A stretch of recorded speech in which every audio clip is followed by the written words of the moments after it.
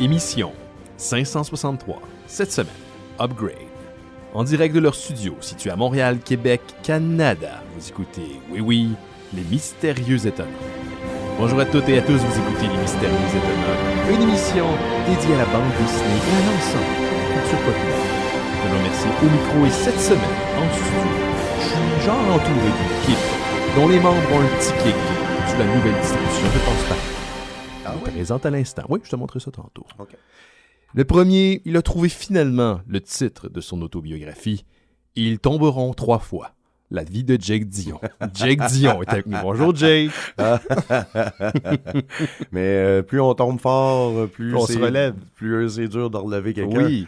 On va pouvoir parler de notre soirée de samedi dernier. Ben oui, c'est sûr. C'était ça mon autre affaire. C'était ça que tu voulais mentionner dans tes notes. Jake, on est juste toi puis moi aujourd'hui. Ben oui, c'est la première fois en studio.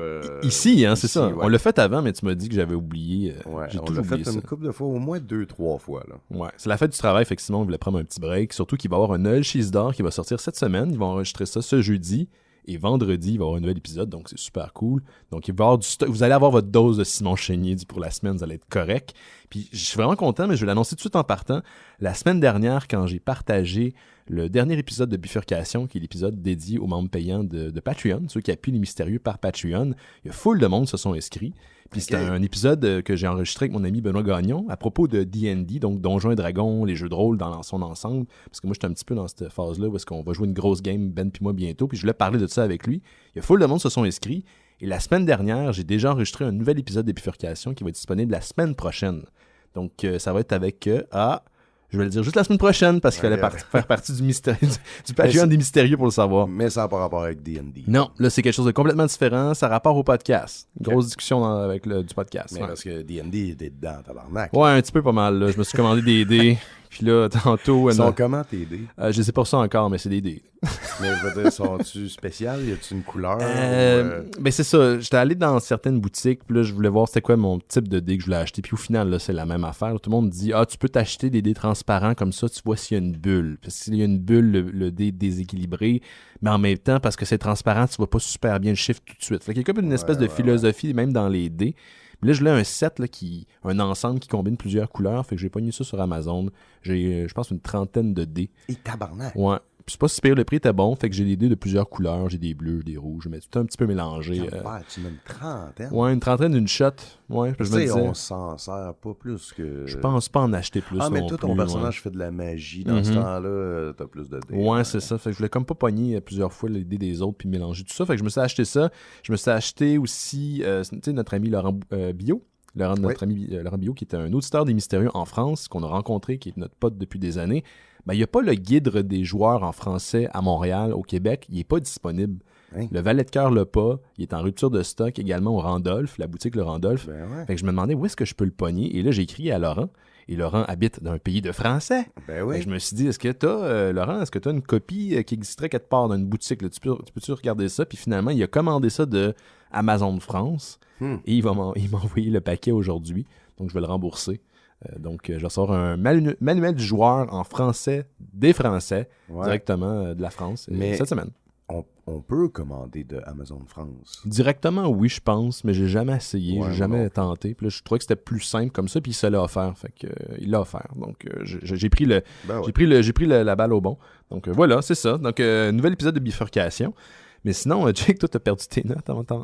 Ben oui, fait que là, et puis en plus, je pensais à ça, la dernière fois que ça m'est arrivé, c'est le fameux épisode où j'ai fait un anévrisme. Un anévrisme? Un anévrisme. Ou un anévrisme, oui.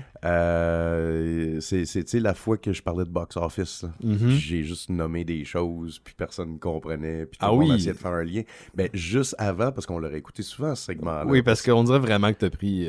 t'es arrivé de quoi, là? Ouais, on dirait que je suis pas là. Puis dans ma tête, tout est clair, mais personne ne comprend, et je ne comprends pas pourquoi les gens comprennent pas, mais c'est juste parce que j'ai pas présenté ma nouvelle, j'ai juste commencé à dire des choses. Ben, quand on écoute ce segment-là de épisode je sais pas quoi, on voit, je commence en disant, là, les gars, j'ai pas mes notes, fait que est-ce que tu as peur que ça se recrée aujourd'hui? C'est un peu ça que je pense. C'est ça ta crainte. Genre, je vais juste dire comme Castle Rock, puis là, Alan Moore, Puis là, vous allez essayer de faire des... Ben, tu vas essayer parce qu'on est tout seul. Fait qu'on va voir. On est freestyle, on est jazz. Tu veux-tu que j'y allais avec quelque chose pour commencer, tranquillos? Ben, j'aurais aimé ça faire un petit shout-out vas-y. à la FLQ, et non pas le groupe terroriste québécois, mais non, bien la Fédération de la Ligue québécoise de lutte. Où on est allé samedi dernier. C'est ça.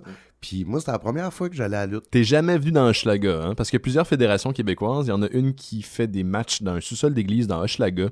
Puis il y en a un autre où on est allé dans le Bain-Mathieu, entre autres. Ouais, c'est ça. Ben, et c'était la première fois. Puis tu sais, genre, tous les gens autour de moi, pas nécessairement que c'est des maniaques de lutte, mais il y en a quelques-uns qui le sont, dont Mac Gervais, puis Mathieu Niquette, puis tout ça. Puis ils me parlent de ça, puis j'ai jamais catché. Tu sais, je suis comme, je trouve, moi, j'associe ça avec des douchebags, tu sais.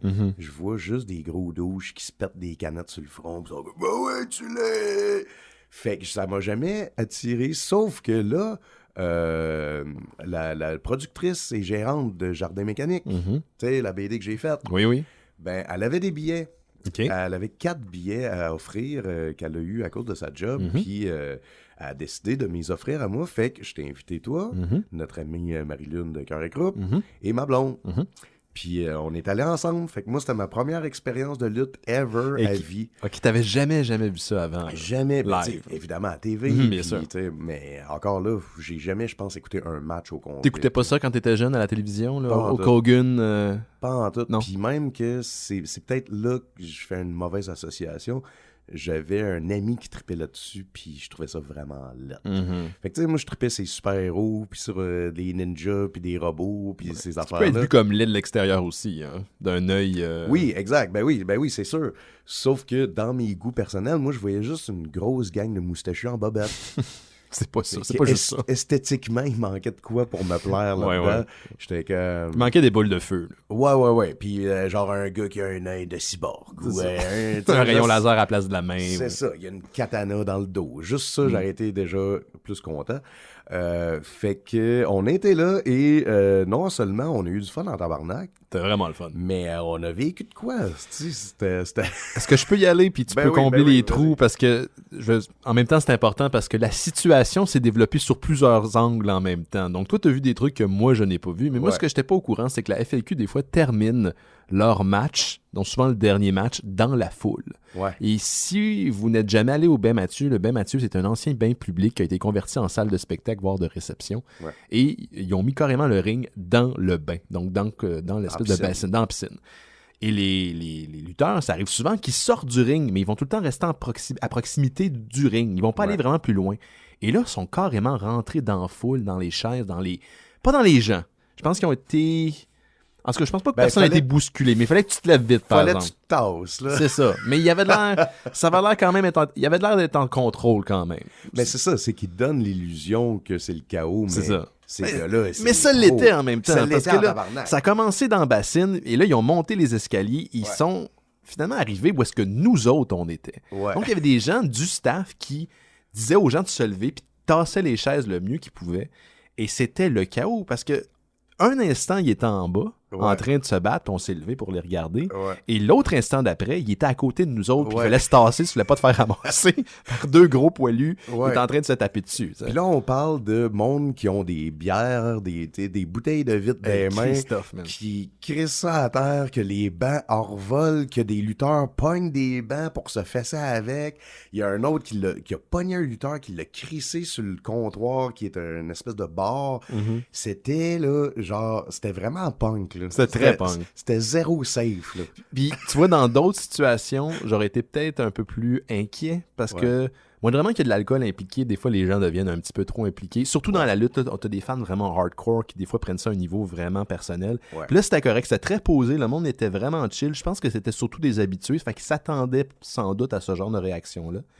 Mais, ça pour dire que j'ai eu une petite panique, moi, à un moment donné, parce que on va peut-être aller plus là-dedans tantôt, mais il y a une madame qui était là, puis c'est la situation qui est comique, mais c'était pas drôle quand j'y réfléchis après, là. Mais une madame qui était vraiment en état d'ébriété dans le groupe où on était. C'était une vieille madame. Une vieille madame qui était très maganée. Je pense qu'elle avait un problème de boisson. Et à un moment donné, quand le monde sont arrivés en haut, je me suis retourné, il y a eu comme une vague de monde qui ont déferlé vers moi. Ouais. Et je me suis retourné, ce que j'ai vu, c'est la madame en train de courir, éviter, là. Imaginez comme le mème du bébé qui se sauve tout le temps d'un loup ou de l'espèce de boule d'Indiana Jones, là. C'est ce que j'ai vu. Puis je suis parti à rire, mais après, là, j'ai pas ri parce que il a fallu que moi-même je me tasse. J'ai failli me faire plaquer par 2 lutteurs à un moment donné. Mais il a fallu à un moment donné que je me mette dans un coin, puis là, je disais à Marie-Lune, OK, fais juste te mettre à côté de moi ici, là, que je vois tout le monde dans le même rayon, là, dans la même périphérie. Tu sais, le vieux réflexe, je sais pas, l'espèce de réflexe de homme des cavernes qui est ingréné en nous, là. Là, il fallait que je vois que ma tribu, où elle était. OK, Jake est là, il est avec sa blonde, Marie-Lune est là, on est correct, la sortie est là. Mais Chris, que ça a été vraiment, vraiment le fun. C'était vraiment un beau thrill. Moi, le flash que j'avais, c'était, tu sais, l'intro de War of the Worlds, quand tout le monde court dans la rue pis t'as juste une petite grosse machine qui désintègre tout derrière. C'était genre ça, là. C'était genre un esti de gros chaos avec juste du monde qui court, puis des bancs qui revolent, puis genre des cris, puis t'entends les lutteurs se taper dessus en gueulant, puis c'était comme les métals contre les bûcherons. Oui, c'est ça. C'était viril en tabarnak. Les gars étaient pas petits, là. C'était des artistes, on s'entend, là, leur bicep était plus gros que ma tête puis la tête de Jake combinée, là. Ça avait juste pas rapport. Il y a un gars, à un moment donné, qui est rentré dans les toilettes puis qui a pogné la poubelle pour crisser la cochonnerie qui était dedans sur l'autre lutteur. La seule image que je pourrais vous donner, c'est penser aux artistes quand ils jouent avec le cadre. Prenons Prométhée, justement, d'Alan Moore, où les dieux se tiennent dans les cadres, puis là, on comprend que ces entités-là n'ont pas nécessairement contact avec les gens qui sont dans les carrés. Mais là, en ce moment, là, c'était le canevas qui était le bain Mathieu, il a débordé. Puis pendant qu'il y a quelque chose qui se passait là, tu te retournais, puis à gauche, tu voyais autre chose. C'était vraiment une expérience interactive dans le sens où tu faisais toi-même ta lutte à ce moment-là. Puis ça, j'ai aimé ce trip-là. Puis ce qui est malade, c'est que, tu sais, il n'y a pas un moment où ça arrête, puis là, OK, on en replace les bancs. Non. On a replacé les bancs pendant que les gars étaient en train de se battre, mais juste un peu plus loin, tu sais. Mais sinon, tout était décrissé à terre. Il y avait de la vitre à terre, là. Oui. Il y a un gars qui a renversé un verre, puis ça s'est éclaté. C'était malade, c'était malade. Puis ce que j'ai vraiment apprécié aussi, parce que c'est sûr que c'était impressionnant de voir ces gars-là, c'est des crises d'athlètes, là, juste le cardio, man, ils se pitchent constamment. Là. Pendant 15 minutes, là, ça arrête pas. Ça arrête jamais. Puis, mais c'est le côté théâtral de leurs personnages. Puis tu sais, un de mes préférés dans la soirée, c'était comme un méchant. C'était le gars qui vient de Toronto, qui haït Montréal. Qui a l'air d'un YouTuber. Tu sais, le YouTuber qui a trouvé cette personne morte, là, suicidée au Japon, dans la forêt. Il avait l'air cette face-là. Il avait cette face-là. Mais lui, c'est le douche là, qui faisait du disco, là, qui était DJ. Moi, c'est pas lui. C'est l'autre qui faisait le speech de Rocky 3. Ah oui. Si moi, je peux changer, vous pouvez changer, tout le monde peut changer. Et c'est juste ça qu'il disait pour... Lui, il voulait la sympathie du public, mais une fois de temps en temps, il n'arrêtait pas de s'échapper, de dire, tu sais, Toronto, c'est la plus belle ville, les Canadiens, on est fiers des Canadiens. Puis là, tu sais, c'est la FLQ, tu sais, c'est la... Fait que c'est super drôle. Puis je m'attendais pas à voir ce côté politique-là ressortir. Des anglophones versus les francophones. Il joue sur l'antagonisme, là. Ben oui, puis je trouve ça brillant parce que, tu sais, il y a juste au Québec qu'on peut avoir ce genre de scénario-là à la lutte. C'était de bonne guerre. Ben oui. Puis c'est justement, c'est de personnaliser les scénarios pour qu'on soit interpellé. T'as entendu la personne qui a crié « Hey, c'est dans Rocky 3, ça! » Oui. Trademark! Oui, c'est ça. Oui, puis tu vois qu'il y a justement des habitués qui font partie du show aussi. C'est ça. Tu sais, même si c'est pas scripté, c'est pas volontaire, mais ils ont des attitudes puis ils font des calls à certains moments. Puis bref, l'acting des gars, tu sais, ils ont tout leur... J'arrêtais pas de penser à Punch-Out.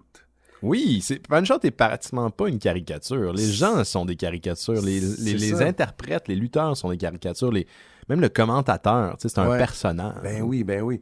Puis, en plus, on le savait pas, mais c'était comme la finale de quelque chose. Oui, c'était un duo qui prenait leur retraite après 18 ans. En tout cas, un des deux gars arrêtait, puis c'était dans le dernier match. Et je pense que la tradition, c'est de passer la ceinture à un nouveau duo, dans ce cas-ci, en tout cas. Puis ils ont donné leur ceinture, mais le gars dit ça faisait 18 ans que je faisais ça. Et c'était, oui, son speech était un petit peu... à l'eau de rose dans le sens qu'il en rajoutait, mais je pense que ça il faisait vraiment de la peine d'arrêter sa carrière de lutteur, quelque chose qu'il habitait pendant très longtemps. C'était émouvant, c'était le fun. Puis ça, tu vois, là, les trucs de ceinture, moi, j'ai rien compris. Ouais, ben moi, c'est... Ouais. Il y en a beaucoup. Il faudrait qu'on demande à Yannick Belzile, là, qui tripe sa lutte aussi, là, lui. Il y avait genre 4 ceintures différentes, puis tout le monde les a gagnées. Ça, j'ai pas gâché. Rendu là, je pense que c'est plus important. Ouais, c'est ça. J'étais comme, au début, je niaisais, puis j'étais comme, bon, c'est quoi les règles? Parce qu'il y a pas de point. Ta blonde a goûté le goût du sang, hein, parce qu'elle était vraiment dedans. Là. Elle me faisait tellement... Elle puis Marilyn, là. Marilyn qui avait ses réflexes là, de « Oh mon Dieu! » Puis moi, j'ai embarqué là-dedans. Je dis « Ah, mais c'est le fils de quelqu'un, ça! » Puis ma blonde qui a fait des call death, elle growlait. J'ai jamais entendu ma blonde faire ça. Des... J'ai tabarnak! Fait que c'était une très belle soirée. C'est ça. Puis, t'as ramassé ta première personne dans cette soirée-là à terre. Oui, c'est ça. Parce que je faisais une blague en début quand j'ai présenté Jake, mais dans notre soirée de samedi dernier, on s'est promené dans un Schlaga et Jake, à 3 reprises, a ramassé des personnes à terre, tel un bon samaritain. Et ça, jusqu'à la fin de notre soirée, qu'on est sorti du bar. Un monsieur qui était un témoin impuissant de sa dégringolade vers le sol. Il s'en est rendu compte en tombant qu'il tombait, puis il a commenté là-dessus. Oh mon Dieu, oh fuck. Oui. Une jeune fille aussi que tu as ramassée qui était à terre. Je me souviens d'elle, au cas où elle se reconnaît. Julie, qui était bretonne. Oui. Elle insistait pour dire qu'elle était bretonne et elle n'était pas française. J'ai dit, OK, c'est bon. Puis elle dit, tu connais les bébés? J'ai dit, oui. Là, je le dis beaucoup mieux qu'elle le disait, là, mais... Et oui, ben lui, c'est le chanteur des bébés. Je dis, non, le chanteur des bébés est mort. Je dis, non, mais c'est le chanteur des bébés. Non, c'est mon ami Jake. C'était des belles conversations. Jake. Mais elle était très sympathique. Oui, elle était pas méchante. Elle était fucking saoule, mais ça avait pas de bon sens, mais elle était très sympathique. Mais là, maintenant, tu dis ça, j'ai un flash, c'est peut-être un groupe français, tous les bébés.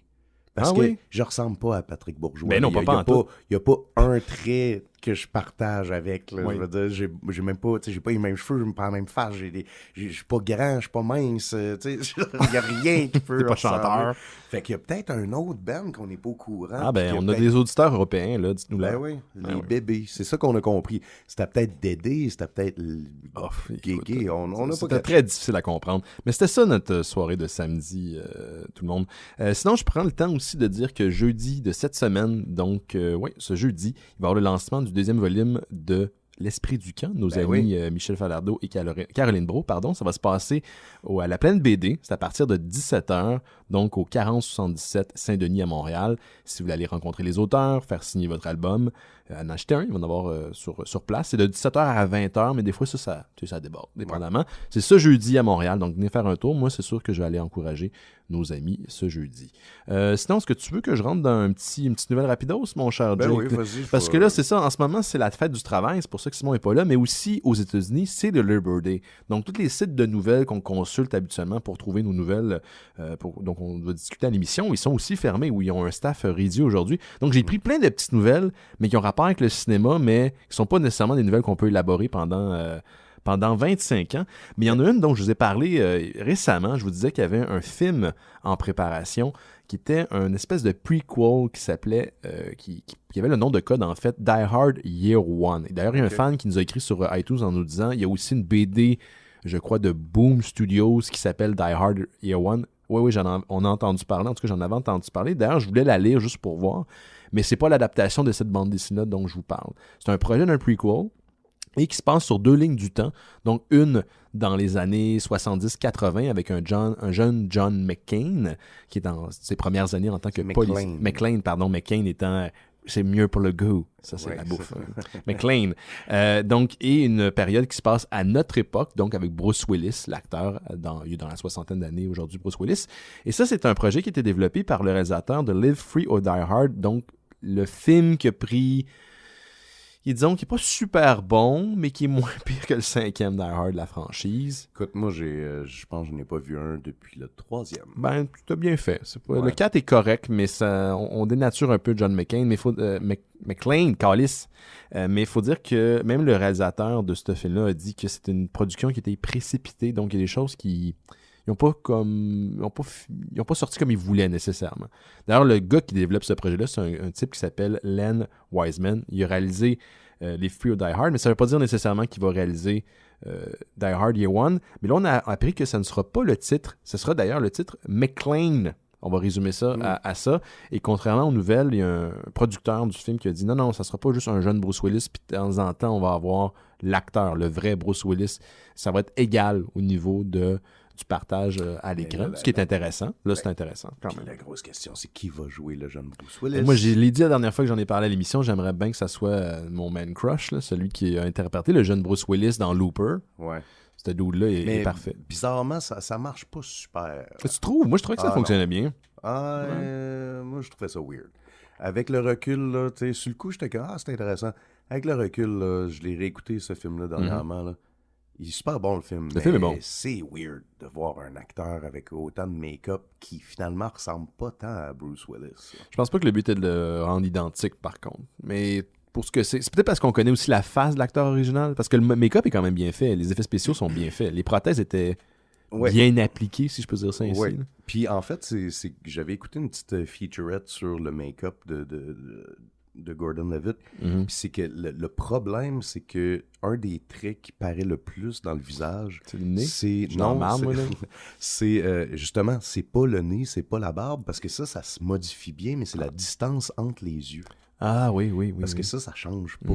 Et on a tous une distance nuancée qui a tout le temps une petite variation.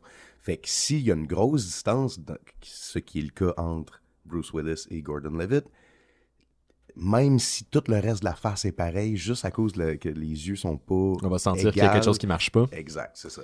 Fait que moi, je mettrais là, du jeune Bruce Willis en CGI. Rendu là, non. tu y mets... Non, je sais pas. Mais à un moment donné, on va être tellement proche que ça va plus gosser. Oui, c'est ça. On la verra plus. La seule chose qui va nous énerver, c'est qu'on va le savoir que la personne est plus vieille ou, par exemple, décédée dans le cas de Carrie Fisher. Fait que peut-être ça va venir nous achaler à ce niveau-là. Mais on est proche. Souviens-toi, dans le temps, là, le premier Wolverine, le premier film solo de Wolverine, quand Patrick Stewart revient. C'est dégueulasse. Là. Je sais pas si on a l'impression que quelqu'un lui a arraché quelqu'un a inventé un chat, il a crissé ça dans la face. C'est vraiment, vraiment étrange. Mais la technologie a évolué depuis. J'ai écouté votre show sur Ant-Man and the Wasp. Puis, justement, je pense que c'est Laurent qui mentionnait qu'ils ont fait le jeune Lawrence Fishburne et Michelle Pfeiffer. Ça se peut, moi, je l'ai pas vu, j'étais à Fantasia dans cette période. T'étais pas au show. Non. Mais il paraît qu'ils sont incroyablement bien faits. Puis même Laurent était comme, c'est-tu son fils? Parce que, il paraît que Lawrence Fishburne, il y a un fils qui ressemble beaucoup. Okay. Puis non, c'est du CGI, mais, on approche là, vraiment de quoi de... Puis même pense à... encore dans Ant-Man... Le premier, il y avait une séquence au début du premier où est-ce qu'on les voyait plus jeunes. C'est ça. Puis c'était ça marchait quand même très bien. Ouais, c'était assez surprenant. Donc, c'était pour vous dire que il y a un petit changement de nom. McClane, éventuellement, on va le voir, je prends ce film au cinéma, mais avec Bruce Willis. Mais j'aimerais ça le revoir un dernier vrai bon Die Hard, là, film d'action. Puis ce qui était le fun des 3 premiers Die Hard, c'est que le personnage de John était pas un Rambo. Il se pétait la gueule, il saignait, il était massacré, il était essoufflé, il était pas en santé. Là. C'était un action hero qui rushait. Puis ça, c'est ça qui manquait aussi dans le 4. John McClane était pratiquement... Dieu, exactement. Toi, qu'est-ce que t'as, Jake, dans tes petites nouvelles là, que t'es capable de rapatrier? Est-ce que tu veux y aller avec Alan Moore? C'est quand même une belle nouvelle. Tu vas commencer avec autre chose? Malheureusement, j'ai pas toutes les infos. Exact. Mais je vais y aller de mémoire. Mais en gros, c'est Alan Moore puis Kevin O'Neill. Qui ont déjà travaillé souvent ensemble. Qui ont travaillé souvent ensemble. Puis Kevin O'Neill, parce que là, on sait, là, depuis que j'ai écouté le documentaire Future Shock, qu'on devrait parler au Mystérieux. On pourrait le faire, oui. Sur 2000 AD, la maison d'édition britannique, qui est l'espèce de métal hurlant du UK, très punk rock et tout. Puis Kevin O'Neill et Alan Moore ont commencé là, puis ont commencé à collaborer après ça sur plein d'autres titres, dont le plus gros qui est League of Extraordinary Gentlemen, qui est un chef-d'œuvre, by the way. Fiez-vous pas au film, là. Non, le film, ça n'a rien à voir. Ça n'a rien à voir. Dernier film, en plus, de Sean Connery, ce jour. C'est weird. Ça, c'est comme Orson Welles. La dernière chose qu'il a faite, c'est la voix de Unicron dans Transformers. Tu sais, c'est comme une légende, puis c'est comme, c'est ça son dernier truc. En même temps, ça... Non, ça glorifie pas la légende, mais ça en fait un fait inusité. Ouais, c'est ça. On s'en rappelle pour ça. Ça finit weird, mais tu t'en rappelles. Ben, toi puis moi, tu le sais que pour toi et moi, ça va finir weird. Je veux dire, nos vies vont finir vraiment weird. Je sais pas comment ça va finir, mais ça va finir vraiment fucking weird. Hey, le dernier show des Mystérieux, ils ont décidé de parler de tout ça. Ouais, c'est ça. C'est genre... Finalement, on est des white supremacists. Ouais, c'est ça. On fait des allégories de ça depuis 12 ans. Mais en gros, ils ont annoncé, tu sais, comme j'allais dire Patrick Stewart, Sean Connery, c'était son dernier film, mais c'était prévu. C'était comme une retraite. C'était prévu, mais c'est tellement... Je veux dire un truc par rapport à The League of Extraordinary Gentlemen, le film, puis je sais que les adaptations des produits d'Alan Moore, il y a comme un côté éthique lié à ça qui est pas le fun pour l'auteur. On s'entend que c'est fait crosser, puis c'est pas correct. Là. Ouais. Mais il y avait un potentiel énorme dans ce film-là, et la prémisse, moi, je la trouve extraordinaire, de combiner des personnages tirés de la littérature, qui ont évolué un peu à la même époque dans l'histoire fictive, puis on les met tous à la même endroit, combinés ensemble. Je trouve qu'il y avait un potentiel vraiment le fun. Ouais. Il y a un tu sais, c'est dans les... Il y a de quoi là-dedans, tu peux jouer ses codes. C'est un Avengers victorien. Malheureusement, le film est pas très bon. Il y a des points forts, mais c'est surtout mal exécuté. Tu sais, on n'était pas encore dans l'époque d'âge d'or des films de super-héros d'aujourd'hui. Tandis que le matériel est quelque chose de complètement différent. Mais on n'a pas le côté héroïque, je trouve, dans les comics qu'on retrouve dans le film du début des années 2000. Puis juste le ton, tu sais, ils ont essayé de justement capitaliser sur l'espèce de look des X-Men. Fait que tout le monde est en leather, tout le monde en cuir, il y a du métal shiny partout. Tu sais, c'est une drôle d'esthétique. Ce film-là aurait dû être réalisé par Terry Gilliam. Ah ouais. Qui a fait, entre autres, Les 12 singes, puis Le Baron de Munchausen. Ah ouais, ça aurait été bon, ça aurait fité, parce que tu regardes les dessins de Kevin O'Neill, puis parfois, ça se rapproche des collages que Terry Gilliam faisait dans Monty Python. C'est le même genre d'esthétique un peu troublante, cartoonesque, mais lugubre. J'ai trouvé, dis-moi ce que t'en penses, OK? Ouais. Un League of Extraordinary Gentlemen réalisé par Guillermo del Toro. Ouais, ça serait malade. Ben oui. Parce qu'entre Kevin O'Neill, et là on est full dans BPRD, toi puis moi, depuis un certain temps, la BD de Guy Davis et de... j'oublie tout le temps son nom. John Arcudi. Yeah, mais Davis, son dessin est pas très loin quand même de ce qu'a fait O'Neill. Puis il y a une esthétique très cabinet d'étrangeté où est-ce que tu vas combiner beaucoup d'éléments visuels en même temps. Puis c'est très vrai. Le verrais. Et en plus, Guy Davis a collaboré avec Guillermo del Toro. Ouais. Moi, je veux voir ça. S'ils sont pour le faire, éventuellement, là, je veux voir ça. Ouais. Mais là, c'est spécial parce que revenons à la BD. League of Extraordinary Gentlemen, c'est dur à dire, premièrement, quand tu le dis vite de même. Puis aussi que il y a beaucoup d'époques. Donc, ça commence change. Avec justement l'homme invisible, Mr. Jekyll, Dr. Jekyll, Mr. Hyde. Et Nemo. Oui, pas le petit poisson, mais le capitaine du Nautilus. Et pas à confier. Pas le Jim, mais... Non, pas l'autre qui a 2 enfants dans son sous-marin, là. Non, pas lui. Pas lui. Mais bref, c'était vraiment cette époque-là. Et après ça, il a mouvé ça aux années 20. Ensuite, années 70. Et là, la dernière chose qu'ils ont fait les deux ensemble, c'est quelque chose qui s'appelle The Black Dossier, que je n'ai pas... que je n'ai pas acheté, mais que j'ai en ma possession à cause qu'un ami me l'a prêté il y a 5 ans. OK. Bruno Corbin, si tu m'écoutes, si tu entends ça, j'ai encore ta copie. Je veux te l'ordonner, c'est juste qu'on s'est comme perdu de vue. Ouais. Puis à chaque fois qu'on se croise, c'est par hasard, fait que je traîne jamais ça. T'as pas ton trade avec toi. Mais je l'ai, là. Je te l'ai gardé, puis ça a survécu 3 déménagements. Mais il est très en santé. Le livre est... Puis là, ils ont annoncé, les deux, qu'il allait sortir un nouveau volume de League of Extraordinary Gentlemen après Black Dossier. Fait que là, on se demande quelle année, là, quelle époque. Je pense qu'ils vont faire ça dans le futur. Moi, j'ai l'impression que ça pourrait aller là, ou peut-être retourner aux bases. J'ai aucune idée, sauf que l'article où il est important puis il est intéressant, c'est que ça va être non seulement le dernier volume de cette série-là, mais aussi le dernier ouvrage des deux, parce que les deux, Kevin O'Neill aussi, Alan Moore, on s'en attendait, mais les deux ont annoncé qu'ils prenaient leur retraite après. Donc, ils vont arrêter de faire du comic book. Exact. Wow. Puis je sais que Alan Moore, il a paru un livre dans les dernières années, puis ça s'est ramassé genre best-seller dans le top 10 des meilleures ventes. Donc, pas un graphic novel, mais un roman. Un roman. Et je pense que clairement, il va diriger sa carrière vers ça. Kevin O'Neill, j'en ai aucune idée, mais c'est un gars qui a fait beaucoup de choses. Juste quand même assez jeune encore, Kevin O'Neill. Ben, c'est ça, tu sais, pour la retraite, c'est peut-être quelqu'un qui est fin cinquantaine, mais dans ce milieu-là, normalement, tu dessines jusqu'à temps que tu meurs. Là, ouais, c'est ça. Will Eisner, puis Tezuka, puis tous ces génies-là. Franquin, ils dessinaient jusqu'aux dernières la années. Fin, ouais, c'est ça. Fait que bien hâte de voir ça. Moi, j'ai beaucoup de rattrapage à faire parce que j'ai pas lu, je les ai tous, mais j'ai pas lu encore le 1960 et le Black Dossier, mais c'est tellement bien écrit. Black Dossier, ça se passe où, tu sais-tu? Black Dossier, là, c'est vraiment une BD expérimentale, donc ça se passe années 80 ou même 90, sauf que c'est comme si tu trouvais des archives. C'est comme si tu étais un détective, là, puis tu avais trouvé plein de trucs. Fait que oui, il y a du comic book, mais il y a beaucoup de montage, il y a des livres dans le livre, il y a des fichiers que tu peux sortir. C'est vraiment expérimental comme truc. Là. Ah, OK. Fait que c'est intéressant, mais c'est un peu intimidant, parce que tu fais juste le feuilleter, puis t'es comme « Oh shit, ok, je m'embarque dans de quoi, là? » Ouais, il faudrait que je me lance. Il faudrait que je finisse par finir mes séries aussi. Moi, j'ai mon problème, c'est que je commence des séries, puis je les arrête pas. Ouais. Je les arrête, excuse-moi. Je les finis pas. Ça, je veux dire, à part un truc comme Avengers, je vais le lire quand ça sort, puis de temps en temps, je vais arrêter, puis je repars. Là.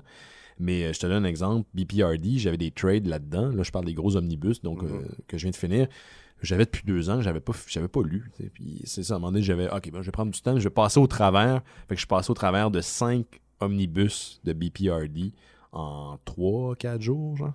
Puis là, je suis dans le BPRD 1946-1948, qui est un ramassis de petites histoires. Ouais. Puis là, je vais aller dans Hell on Earth. Mais moi, c'est ça. Il faut que je me lance sur un élan, puis il faut que j'aie mon stock disponible. Parce que sinon, je suis porté à le laisser de côté, puis pas compléter mes séries. C'est une mauvaise habitude. Mais j'allais te demander, est-ce que c'est agréable ou il y a comme trop de stock puis finalement tu te rappelles plus de tout. Tu sais, c'est comme des fois tu binge-watch une série. Tu sais, écoute Breaking Bad en 2 semaines. Mais tu finis par fusionner les épisodes. C'est ça, tu sais, à la fin tu te rappelles je trouve ça plus agréable en BD pour moi qu'en télésérie. Parce qu'en télésérie, ça fait ça. Quand j'écoute plusieurs épisodes d'une série en même temps, je finis par fusionner des épisodes. Est-ce que j'ai vraiment apprécié mon épisode? Est-ce que je suis en train d'écouter la série parce que j'évite de faire autre chose? Tandis que là, la BD, d'un, il faut que ça me tente. Donc, pour passer au travers, il faut que j'aie vraiment l'envie. Parce que faut que tu t'assoies, puis il faut que tu prennes le temps de lire. Puis BPRD, c'est des gros volumes. Ouais. Donc, pour moi, j'ai eu plus de plaisir à le lire d'une shot. Puis, c'est pas vrai. Plague of Frog, je les avais toutes lues, mais au fur et à mesure que ça sortait en gros trade. Ouais. Là, je les ai lus d'une shot, en 3-4 jours. Fait qu'au niveau du fil narratif, oui, j'ai plus aimé parce que j'ai été capable de voir où on est en train de mettre les premières pierres d'une grande saga au début des premières histoires. Et ça, j'ai apprécié le travail qu'ils ont fait parce que j'ai vu que c'était pas juste quelque chose qu'ils ont improvisé au fur et à mesure. Ce qui a été le cas, on le voit dans les lettres qui sont dans les BPRD, ils disent on savait pas nécessairement ce qu'on s'en allait, il y a une certaine dose d'improvisation, mais une improvisation qui est pas lost. Là. C'est pas la télésérie lost, c'est qu'on était capable de récupérer des éléments qu'on avait mis de côté pour les mettre en valeur plus tard. Puis ça, j'apprécie ça beaucoup plus à ma deuxième lecture qu'à ma première lecture. Plague of Frog, quand je l'avais fini la première fois, c'est une excellente série, on en a parlé à l'émission, allez regarder pour cet épisode-là dans nos archives, j'avais pas compris la fin, je comprenais pas. Et là, l'avoir lu d'une shot, j'ai été en mesure de comprendre puis bien l'intégrer. Parce que c'est très verbeux en BPRD quand même. Ouais, c'est pas de la BD de super-héros, c'est pas du Alan Moore non plus, on s'entend. Mais c'est tellement bien équilibré dans le sens que c'est autant de la psychologie des personnages, que de l'action, que de l'épouvante, que du folklore, que de l'intrigue, que, tu sais, je veux dire, c'est fucking malade. Puis pour les gens qui trippent sur Hellboy, mais qui s'arrêtent là, parce que j'étais un de vous, j'étais comme, j'aime Mignola, j'aime Hellboy, mais tu sais, je veux pas lire tous les spin-offs pis tout. Et il y en a beaucoup. Il y en a beaucoup, tu sais, on appelle ça le Mignolaverse. Parce qu'il y en a en tabarnak. Puis aussi parce qu'il supervise absolument tout, là, tu sais, même s'il produit plus beaucoup, pratiquement rien ces temps-ci, mais c'est lui qui est derrière tout, là. Fait que y a pas une page qui est pas approuvée par Mignola lui-même. Mais c'est franchement incroyable. C'est dans la meilleure BD que j'ai jamais lue. Mais trompez-vous pas, là, c'est pas Hellboy and the BPRD qui est une autre série, c'est BPRD. Ouais. Vous avez les gros trades. Là, c'est plus difficile, hein, parce que Dark Horse, les sert. On en a parlé à l'émission ça aussi, mais ça, c'est un gros problème. Ils sont pas en mesure de fournir assez. Ouais. Et une fois publiés, ces trades-là, je sais pas s'ils ont un problème de liquidité quelconque, mais ils reproduisent plus. Toi ton numéro 4, mais ça a été tough à trouver, là, non? Oui, puis je l'ai trouvé là, comme d'une histoire de BPRD dans une vieille boutique où c'est qu'il y avait de la poussière, puis je suis rentré là, puis il y avait juste brocanteur qui était là. Oui. Bonjour, Monsieur Dion. Comment ça, vous connaissez mon nom? C'est marqué sur ton T-shirt, Jake. OK. Qui se twirlait la petite moustache. Mais c'est ça, je l'ai trouvé vraiment par hasard. Sauf que cette nouvelle-là que tu viens de dire, que Dark Horse ont de la misère à reprinter leur truc, moi, ça fait genre, c'est quand même au début de l'été que j'ai entendu ça. Et depuis, ils réimpriment toutes les Hellboy en ordre chronologique. Fait qu'il y a des nouveaux omnibus de Hellboy qui... Ce sont des soft covers, hein, ça se peut-tu? C'est un peu comme les omnibus de BPRD, là. Okay. C'est un petit peu plus petit. Ouais, je l'ai vu passer. Mais c'est soft cover et c'est en fait toutes les histoires de Hellboy parce que avant les derniers trades qui sont vraiment plus linéaires, Hellboy, c'était juste comme des short stories, puis c'était jamais linéaire dans le temps. Fait que des fois, t'étais en 1947, puis des fois, t'étais en 62, puis des fois, t'étais en 95, tu sais. Et juste ça, c'est comme... de le remettre en ordre, ça fait une autre expérience. Moi, personnellement, j'aimais être un peu déstabilisé tout le temps, faire que, OK, Hellboy était en Chine dans les années 60, OK, cool. Tandis que là, on va le lire one shot. Fait que j'ai l'impression qu'ils vont faire un peu un retraitement pour tout le Mignon Lover, c'est-à-dire de réimprimer ça. Si Hellboy vend, ils vont printer le reste. Parce qu'à part BPRD, c'est quand même très linéaire, on s'entend. À part le premier gros trade où t'as beaucoup d'histoires à gauche puis à droite là, qui sautent dans le temps, c'est pas mal une ligne directrice. Ce que je veux dire, c'est que c'est pas nécessairement le focus, c'est pas nécessairement sur le temps, mais si on a la volonté de réimprimer... Faire des petits trades soft. Là. Ouais. Okay. Puis si on a la volonté de réimprimer ça, ça veut dire que sûrement qu'ils veulent leur starter la machine. Ben, j'ose espérer, c'est leur seule machine à lait qui reste. Là. C'est leur seule, ils n'ont plus rien. Il y avait Star Wars dans le temps. Là, ça fait un bout qu'ils l'ont plus, mais quand même... Fait qu'on va leur souhaiter. D'ailleurs, il faut qu'ils payent le salaire de Karen Burger qu'ils ont engagé il y a une couple d'années. Fait que c'est sûr que... Ouais. Mais en tout cas, où est-ce qu'on était avec ça? Alan Moore, Kevin O'Neill. J'espère qu'ils vont mettre le paquet, tu sais, qu'ils vont sortir avec un gros, le bang. Ça serait le fun. J'aimerais ça, man. Mais c'est quasiment assuré, je veux dire, ce team-là, c'est un team de feu, là. Fait que... Excellent. Fait que ça va être le dernier ouvrage de ces deux artistes-là. Gardez un œil là-dessus. Moi, je te parle d'une bande dessinée franco-belge, c'est rare, mais on en parle des fois à l'émission. C'est parce qu'on m'a offert d'ailleurs le service de presse, donc je veux remercier les gens qui me l'ont fait transmettre parce que qui l'ont transmis parce que c'est une bande dessinée par Denis Roddy, dont on a parlé souvent ici à l'émission. C'est un artiste, un ami d'émission. Quand je vois Denis, il me rappelle son mystérieux croustillant. Donc ça te donne une idée. Ben oui, il te fait des hugs. Il fait des hugs. Il est vraiment fin. Je l'aime beaucoup, Denis. Et c'est écrit par Tristan Rouleau. C'est une bande dessinée qui est disponible chez Dargo. Et je dois dire aussi un travail exceptionnel d'une assistante aux couleurs, et je m'excuse pour le nom, mais elle s'appelle Clémentine Guvarch. Je pense que c'est comme ça qu'on prononce son nom, qui fait un excellent travail. Et c'est un volume. C'est pas, en tout cas, à ma connaissance, ce n'est pas le premier d'une série d'aventures. Ça se passe dans une uchronie. Moi, je suis vraiment fan des uchronies dans la vie. Donc, prenez l'élément quelconque historique et on s'en va dans une direction différente. Et dans le cas de Harald, on est dans les années 30, fin des années 30, je crois qu'on est en 38, et il y a une guerre entre, pas l'Union soviétique, mais le tsar de Russie, donc le pays de la Russie, et son noble, et le reste, je pense que Berlin est impliqué. C'est la Deuxième Guerre mondiale, mais avant son temps, si on veut. Et le tsar est encore en pouvoir. Donc, ce qui est arrivé, c'est qu'on a essayé de faire un coup d'État et le coup n'a pas fonctionné. Et le tsar est resté au pouvoir. Okay. C'est ça l'Uchronie dans le camp de Harald. Rasputin est encore là. Rasputin a établi un ordre de mages noirs qui ont une influence sur le tsar, qui ont une influence aussi sur l'État, les prises de décision. Et on comprend qu'il a commencé à combiner la magie et la technologie. Donc, il y a tout un monde qui existe derrière qu'on voit entre... De temps en temps, dans une conversation où on va voir un objet, on comprend qu'il y a un monde qui est beaucoup plus large. D'ailleurs, c'est ce qui m'a un peu gardé sur la fin, c'est que c'est une BD, il faudrait que tu vérifies, Jake, si tu es capable, tu l'as entre tes mains en ce moment, mais le nombre de pages, c'est le genre d'épopée qui aurait mérité beaucoup plus, qui aurait gagné à avoir beaucoup, beaucoup plus de pages. 65 pages. Parce que c'est immense. J'ai l'impression qu'il y a un monde qui est vraiment immense derrière. Mais on joue avec le mythe de Rasputin, la sorcière, là, comment tu l'as appelé tantôt, là, avant l'émission, la sorcière russe. Là. Yaba Gaba. On va dire que c'est ça son nom. Hein. Ou c'est Yababa ou Yabagaba. En tout cas, il est impliqué dans le récit. Je vous résume ça assez rapidement. On suit les périples d'un lieutenant de l'armée de Russie qui s'appelle Kirill Noskov. Et lui, c'est un vrai patriote. Il veut rien savoir de la révolution bolchevique. Il veut que le tsar reste à la tête de l'État. Lui, il a combattu au front pour la libération de son pays contre les Américains, les Chinois, les Allemands. Et le tsar est attaqué et projeté dans un coma. Et on l'amène à... Raspoutine le convoque et on l'amène à plonger dans l'esprit du tsar pour essayer de le ramener à la vie. Il est dans une espèce de coma, ça fait des jours. Et là, si le tsar ne revient pas, ben, l'État peut chavirer et on peut tomber dans une espèce de guerre civile, ce qui peut amener une révolution et un changement de cap. Le changement de cap étant ce qui est arrivé dans la vraie vie. Hein. Ouais. On comprend que ce serait un retour du balancier dans ce cas-là. Donc, Kirill... Ce qui est fucké, c'est que ça mêle genre full histoire, politique, mais en même temps, genre paranormal, sci-fi. Mais c'est drôle parce que là, on parle de BPRD, mais je suis dans ce mood-là en ce moment. Fait que pour vrai, ça s'inscrit là-dedans. Ouais, dans le sens où, même, je te dirais, au niveau des traits de dessin, des fois, je voyais, pas du Guy Davis, mais je voyais le désir de Denis de construire des univers vraiment détaillés. Puis, on s'entend, il a fait le cycle, je pense que c'est le cycle du dragon, si le nom m'échappe pas. J'ai vraiment aimé cette série-là. Ça se passe à l'époque de la Deuxième Guerre mondiale avec des sociétés secrètes. Quand il dessine ce genre d'univers-là, ce genre d'épopée-là, moi, je trouve qu'il excelle. Il est vraiment bon. C'est vraiment un bonbon pour les yeux. Puis ça se lit quand même assez rapidement.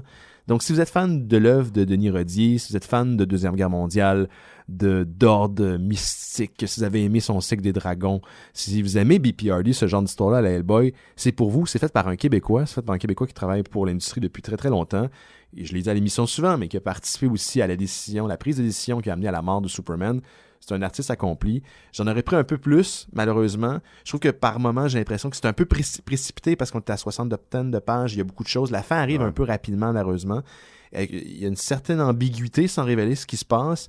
Et j'en aurais pris un peu plus, mais c'est un gros travail. À la base, je sais que c'était un projet que Denis avait pris sur son dos lui-même, puis finalement, il l'a amené il l'a terminé après plusieurs années. Ouais. Donc, bravo, c'est un bel album. Donc, si vous êtes fan de Denis, si vous le connaissez, je pense que ça vaudrait la peine que vous l'achetiez. C'est dans votre wishlist. Je la feuillette depuis tantôt, puis je trouve ça. Je te le prête si tu veux, tu me le donneras la semaine prochaine. En autant que tu me le donnes pas dans 5 ans, comme Black Dossier pour Bruno. Là, on est voisins, nous autres. Oui, c'est ça. Il n'y a plus vraiment d'excuses. Facilement. Donc, ça s'appelle Aral chez Dargo. Jetez un coup d'œil, puis Denis, si tu entends cette critique, tu me diras ce que tu en penses. Tu me puncheras dans les bases la prochaine fois que tu me vois au pire. Non, mais c'est pour vrai, moi je trouve que tu le vends quand même. C'est un bon artiste. Pour vrai, c'est un excellent artiste. Cool. Excellent. Malade. Toi, Monsieur Chénier, Monsieur Jake. Oui, on est dans les vieux réflexes. Ben oui, c'est ça, parce qu'on fait des. Chénier n'est pas là, malheureusement. Est-ce que tu veux qu'on jase un peu de Castle Rock ou t'aimes mieux que je te parle d'une autre BD? Parle-moi un petit peu. Parle-moi d'une BD rapidos, puis on parlera de Castle Rock après si tu veux. Ben, c'est juste que dernièrement, j'ai. Cette année, là, tu sais, depuis février, on sait qu'en février dernier, j'ai arrêté de boire pendant un mois, j'ai fait le challenge, puis j'ai investi tout mon cash dans les comic books de Mignola, d'ailleurs. Tu t'es rendu compte que finalement, ça coûte cher à boire. Ben, c'est ça, exact. Puis là, j'ai gardé cette habitude-là de m'acheter tout le temps des trades, puis je suis rendu au point que je fais juste comme faire « Ah, ça a l'air intéressant », puis je l'achète. Surtout ce qui est de Image Comics, je suis rendu avec quasiment une demi-bibliothèque pleine de trades. Non, ben, puis t'en as beaucoup de BD, toi, là. Ouais. Puis Image Comics, je trouve que ces temps-ci, il y a quelque chose là, dans cette compagnie-là. Là, ils produisent vraiment du stock intéressant, puis ultra diversifié, mais c'est de la fucking bonne BD. Puis je suis tombé sur une BD, que c'est juste le cover qui m'a attiré. Ça s'appelle Days of Hate, c'est chez Image. Puis là, bon, les gars, là, je sais pas d'où vous venez, là, mais je vais vous scraper ça, vos noms. Okay? Oui, c'est des gros noms, là. C'est ça. Fait que le scénariste, c'est Alej Knott, et le dessinateur, c'est Danigel. C'est ça? Danigel Zezelj. C'est pas une joke, c'est vraiment comme ça qu'on l'a. Fait que j'ai aucune idée, mais les deux sont extrêmement talentueux. Puis c'est vraiment le dessin à prime abord qui t'a attiré. Mais c'est quoi la prémisse? Écoute, c'est une BD qui est politique, qui est anarchiste, qui est une espèce de call to arms sur ce qui se passe en ce moment si on laisse ça aller, là. Si on décide d'accepter ça, voici où c'est qu'on s'en va. Donc, c'est l'idée d'un couple qui, on comprend qu'elle était journaliste, l'autre était plus révolutionnaire, et ils se séparent, donc c'est la rupture de ce couple-là. Elle se ramasse sous les yeux d'un inspecteur de la CIA, qui est full, tu sais, comme évidemment, là, on parle de full de surveillance. De surveillance des téléphones, puis etc. J'ai son nom, là, voyons, Snowden. Oui. Et là, l'autre... CIA et Snowden dans le podcast, c'est clair qu'on est fiché, mais continue. C'est ça. Puis l'autre se ramasse devant des fascistes, là, alt-right, white supremacists, hein. Puis les deux, en fait, c'est leur espèce de quête, mais ce qu'on sous-entend, c'est qu'il y a peut-être un plan. Donc, peut-être que cette rupture-là, c'est justement pour... Oh, brouiller les cartes. Et on le sait pas. Puis c'est ça qui est bien fait, là. C'est que le premier trade, on les suit, puis jusqu'à la toute fin, t'es comme, attends, ils sont-tu un team ou ils sont pas un team, là? Es-tu en train de la crosser ou es-tu en train... Ça fait partie du plan, genre. Puis tu le sais pas, donc c'est un thriller. Il y a de la tension. C'est fucking... Le dessin, ça ressemble à quoi? Parce qu'il y a un genre de traitement visuel. OK, je vais... Ça ressemble à du Jaylee mixé avec du... C'est des grosses masses noires, mais avec des full détails à certains Mignola, endroits. genre? Ou... Fait que ouais, mais tu sais, le vieux Mignola plus que le... Donc c'est pas... Ça a l'air simple à cause des masses noires et tout, mais tu sais, tu regardes la ville, puis tu es ultra détaillé et tout. Ouais. Fait que c'est vraiment splendide. Le travail de coloration aussi est incroyable. Fait que genre, allez checker ça. Si vous êtes un peu intéressé par la BD, plus politique, plus critique sociale, fait que c'est sûr qu'on est loin du super-héros, là. On est loin même des comic book mainstream, mais la production de l'album, là, elle est magnifique aussi. Puis c'est ça qui m'attire beaucoup chez Image. Tu sais, il n'y a pas de pub, c'est vraiment l'objet est beau. Ils ont un sens de l'infographie aussi, exact, pour leur ligne, là, depuis quelques années. Puis c'est drôle parce que pendant longtemps, j'associais ça beaucoup à Jonathan Hickman, qui fait lui-même ces espèces de séparation de chapitres avec de l'infographie, parce que c'est un infographiste dans la vie, c'est un graphiste également. Puis je pensais que c'était lui qui faisait ça partout, pour toute la lignée. C'est pas possible, je pense pas, là, mais depuis cette époque-là, un petit peu en même temps, ça a concordé, mais ils ont vraiment une belle ligne directrice pour tous leurs albums. Puis ce qui est le fun, ça, c'est Image, ça, c'est une affaire qui est vraiment intéressante, à la manière des BPRD. Tu peux attendre les gros trades, là, puis tu peux avoir vraiment un rapport qualité-prix franchement intéressant pour tes surtout albums. le premier, ça n'a pas rapport. Là. Tu sais, le premier, il te le donne. Oui. Moi, souvent, le premier trade, mais moi, je parlais d'un omnibus, mais le premier trade d'une série est souvent moins cher que le reste pour te donner le goût. C'est ça. Mais bref, il y a plein de bonnes affaires. Il y en a quasiment trop, honnêtement. Il y en a trop, oui. C'est un problème, là. Il y a trop de qualité. c'est un esti de beau problème, mais ça reste un problème quand même. Moi, j'ai une petite nouvelle pour toi. Ben, pour les gens qui écoutent l'émission, franchement, aujourd'hui, on parle vraiment beaucoup de bande dessinée, puis ça fait du bien. Je dois vous apprendre le décès d'une dame, mea culpa, je ne savais pas qui était cette dame, et j'avais un peu honte en lisant ce que j'ai appris sur elle, parce que c'est une grande dame de la bande dessinée américaine. Elle s'appelait Mary Severin, elle avait 89 ans, elle est décédée en fin de semaine dernière, d'une crise cardiaque, un stroke, comme on dit en anglais. C'est une des premières femmes à avoir eu des postes hyper d'influence dans l'univers de la bande dessinée, dans l'industrie de la bande dessinée américaine. Elle a travaillé elle a commencé chez EC Comics pour finalement finir chez Marvel Comics. Et là, elle a eu plusieurs titres importants, dont Chief Colorist. C'est une artiste qu'on disait de hors pair. Elle a co-créé le personnage de Spider-Woman dans les années 70, ça je le savais pas. Elle a travaillé sur The Incredible Hulk, elle a travaillé également dans The Submariner, Doctor Strange, et une série dont je me souviens pas le nom, qui parodiait les personnages de Marvel. Elle était à la tête de ça. Pour vous donner une idée, elle était coloriste, encreur, je sais pas, on peut dire lettreuse, hein, on dit letterer en anglais. Et moi, je sais pas ce que c'est ça, mais un draftman. C'est quoi un draftman? Oui, draftman, en fait, c'est souvent... dans ce cas-ci, draftwoman. Un draft, c'est comme un sketch. Là. Fait que... Script éditeur, donc, probablement. Ça se peut-tu? Peut-être, ou tu sais, juste comme faire les layouts, ou je sais pas. C'est rare qu'on entend ce terme-là. Exactement, oui. Donc, elle a gagné plusieurs prix, dont le Ink Pot Award en 1988. Ça a été donné par le Comic-Con de San Diego, Comic-Con International de San Diego. Et en 2017, elle avait reçu un Icon Awards pour l'ensemble de sa carrière, et les autres récipiendaires de ce prix, entre autres Jack Kirby, Frank Miller et Stan Lee. Donc, c'était vraiment une grande dame du comic. 89 ans. Mary Severin. Donc, il y a plusieurs sites et grands de la bande dessinée qui ont rendu hommage à cette dame durant le week-end sur Twitter pour aller jeter un petit coup d'œil.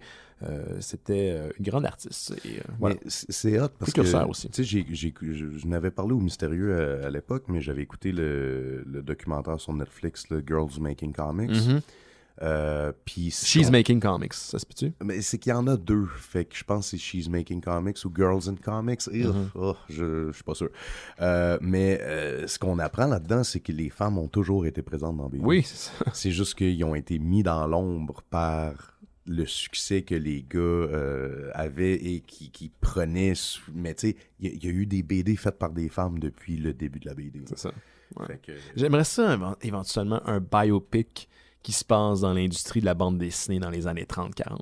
Ça serait vraiment le fun. Que ce soit une mini-série ou un film, là. À New York, dans des vieux bureaux, t'es hyper brûlant, il fait super chaud, on travaille, on crée des cartoons, on y va à la mitaine. Là. Nous autres, on a des Photoshop, là, puis je dis pas que c'est facile parce qu'on a Photoshop, mais ça simplifie grandement le travail d'édition. Là-dedans, c'était des rubilites puis des masques pour faire l'impression sur les plaques. Puis, c'est de la job, là. Rendu là, moi, j'irais all out. Je veux un film de Jack Kirby. Ouais. Je veux un film parce que ce gars-là, ce bonhomme-là, man, il était hot en hostie, là. C'est genre le body avec qui on aurait pu prendre un verre. Oui, puis qui a fait ça toute sa vie, là, qui était ultra social. C'est juste qu'il travaillait constamment, mais il invitait le monde chez eux, dans son atelier. C'était impossible, il paraît, aller chez Jack Kirby sans souper chez eux. Wow. Tu pouvais pas t'en aller sans souper, là. Puis sa femme te forçait, puis genre, lui, il travaillait avec son gros cigare, puis dans sa cave, puis il faisait 8 pages de comics par jour. Quelle année il est décédé? Est-ce que tu te souviens? En 93, je pense. Dans les années 90? Ouais, début 90. Tu sais que je parlais de Denis Roddy. Denis l'a déjà rencontré. Il y a une planche de Jack Kirby. Ben oui, c'est Et il l'a acheté, je dirais pas combien, là, mais un prix ridicule. Pas ridiculement gros, là. Ridicule. Ouais. Parce que cet homme-là a vécu dans la pauvreté une bonne partie de sa vie aussi. C'est malheureux, sa fin de vie, c'est exactement ça, parce que la majorité de son travail, il appartenait pas. Ouais. Puis, mais bref, c'est aussi un vétéran de la guerre qui s'amusait beaucoup comme un esti de personnage d'un film là, à raconter ses histoires de guerre. Là. Fait que là, puis là, on était pognés là, puis là, on le savait qu'il était en train de nous tirer dessus. Ben là, j'ai envoyé une grenade, puis tu sais, genre des estis d'histoires de grand-papa que tu fais comme tabarnak. T'as vécu ça, toi? Ouais. Puis... Il avait pas dit à un moment donné qu'il regrettait pas ce temps-là. Oui, c'est ça, Comment il a dit ça? The time of my life. C'est l'affaire de même, hein? Oui, mais il y a beaucoup de choses, heureusement pour nous autres, il y a beaucoup d'interviews puis de documentaires sur ce gars-là. Puis il y en a un que ça me fait vraiment chier parce que j'ai essayé de le retrouver puis je ne sais pas c'est dans quoi. Donc je pense que c'était un documentaire sur la BD et non pas sur Jack Kirby. Mais c'est Will Eisner, qui est une grande légende de la BD. Également, oui. Qui raconte les temps qu'il a partagé dans le même studio que Jack Kirby. Oh my God, ces deux gars-là étaient ensemble dans le même studio. Dans le même studio, et ce studio-là était dans un bloc à Brooklyn qui appartenait à la mafia.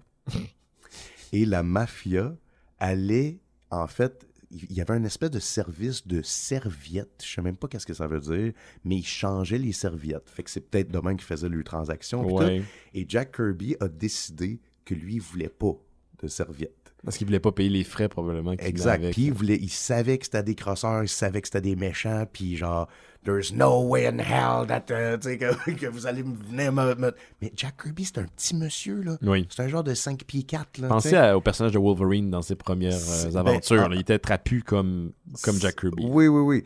Puis il paraît que tout le monde se fermait à la gueule, puis il avait peur de la maudite mafia. Mais Jack, il s'en crissait, puis il était comme « Hey man, t'es mieux de te rasseoir, mon petit vieux, parce que sinon on va te crisser une volée. » Puis il se levait, puis il était comme « Tu sauras que moi j'ai fait la guerre. » Puis tu sais, j'imagine juste ce petit monsieur-là en tabarnak qui s'avance vers toi, puis qui a zéro peur. Là. Non. Puis Will Eisner, en racontant ça, tu vois qu'il il est dans ses souvenirs, puis il y a un gros cheese dans la face. Fait que j'aimerais ça retrouver cet extrait-là. C'est disponible sur YouTube, mais ça fait partie d'un gros documentaire. Mais bref, un film sur ce gars-là, man, ça serait marrant. Ah oui, faites ça. Faites que ça fonctionne, faites que ça existe. Avant de parler de Castle Rock, je te laisse avec une petite nouvelle de Star Trek pour conclure l'émission, tu vois. Oui, ça pas l'émission, mais ce segment-ci. Il fallait parler de Star Trek. Donc, il y a une couple de semaines, je pense, quand je suis revenu de mon périple à la Fantasia, je vous parlais que Star Trek 4, celui de l'univers de J.J. Abrams, était peut-être sur le point de ne pas se réaliser parce qu'il y avait deux des principaux acteurs du film qui n'arrivaient pas à avoir une entente avec la Paramount Pictures. Je parlais de Chris Pine qui fait Kirk et Chris Hemsworth qui, dans le premier film du J-Verse, a joué le père de Chris Pine, donc du personnage de Kirk. Et là, on est dans une espèce de futur incertain, on sait pas trop où est-ce que ça s'en va avec ça. Et t'as l'acteur Carl Urban, qui est aussi un homme que j'aime beaucoup, très passionné de ses projets. C'est Dredd. C'est lui qui veut ramener d'ailleurs Dredd d'une quelconque façon, il en parle, puis ça a l'air qu'il en parle ouvertement. Je crois que un des anciens résidents ici au studio, Andy, a déjà parlé à Carl Urban, et Carl Urban lui parlait de Dredd, puis à quel point il voulait vraiment que ça fonctionne, puis qu'il était prêt à mettre de l'argent là-dedans. Puis c'est un film qui malheureusement n'a pas eu beaucoup de succès au cinéma, mais qui est un excellent film. Donc tout ça pour dire que Carl Urban, qui joue Dr. McCoy dans la refonte de J.J. Abrams, de cet univers-là de Star Trek, a participé à un Q&A, donc un panel de discussion, une table de discussion à New York, dans ce qu'on appelle le TrekCon Deroga, que je ne connaissais pas. C'est une convention, un congrès de Star Trek. Et il a adressé quelques points par rapport au fameux conflit. Ah, mais je serais vraiment excité comme un petit punaise, mon cher. Ben oui, qu'est-ce que tu aimes ça, Star Trek? Excuse-moi, je t'écoute. Mais non, c'est correct. Donc, il y en a 3 points. Ouais. Pour lui, le conflit Chris Pine, Chris Hemsworth, Paramount, c'est pas si grave que ça. C'est un conflit comme il y en a plein d'autres parmi... C'est une tactique de négociation comme il y en a plein d'autres entre les gros studios et les acteurs. Donc ça va sans doute se régler. Et ce qui est le fun, c'est qu'il a donné quelques détails parce que le 4, il y a un scénario qui existe de ce fameux Star Trek et il sera réalisé par une dame. Elle s'appelle J.S. Clarkson. Est-ce que tu sais ce qu'elle a réalisé auparavant? Pas en tout. Jessica Jones et les Defenders, mon cher. Ah. C'est elle qui a fait ça. Donc, si ça arrive, si ça se réussit à se régler, cette histoire-là, le tournage risque de se faire en Angleterre. Donc, le premier Star Trek tourné en Angleterre, possiblement dans les studios de la Pinewood, où on a fait une autre grande franchise d'espace récemment, Star Wars. Donc, c'est ce que Carl Urban a dit. Je trouvais ça intéressant de vous le dire que Carl Urban disait... Star Trek 4, ça se peut que ça se fasse pareil. Puis, mais là, toi, t'es peut-être plus au courant que moi. Là. Qu'est-ce qui se passe avec le Star Trek de Tarantino? Là? Il y a tout le temps des nouvelles qui sortent de temps en temps, mais ce qu'on avait appris à l'époque, c'est qu'il y avait plusieurs scénarios qui étaient développés en même temps pour Star Trek. Ce qui fonctionne en ce moment, puis Julien Bernacchi, notre ami, pour en parler de plus en détail, il connaît vraiment ça, mais les API, ou les API, les franchises reconnues, là, c'est ce qui marche. IP, merci. En jeu vidéo, c'est les plus grands vendeurs.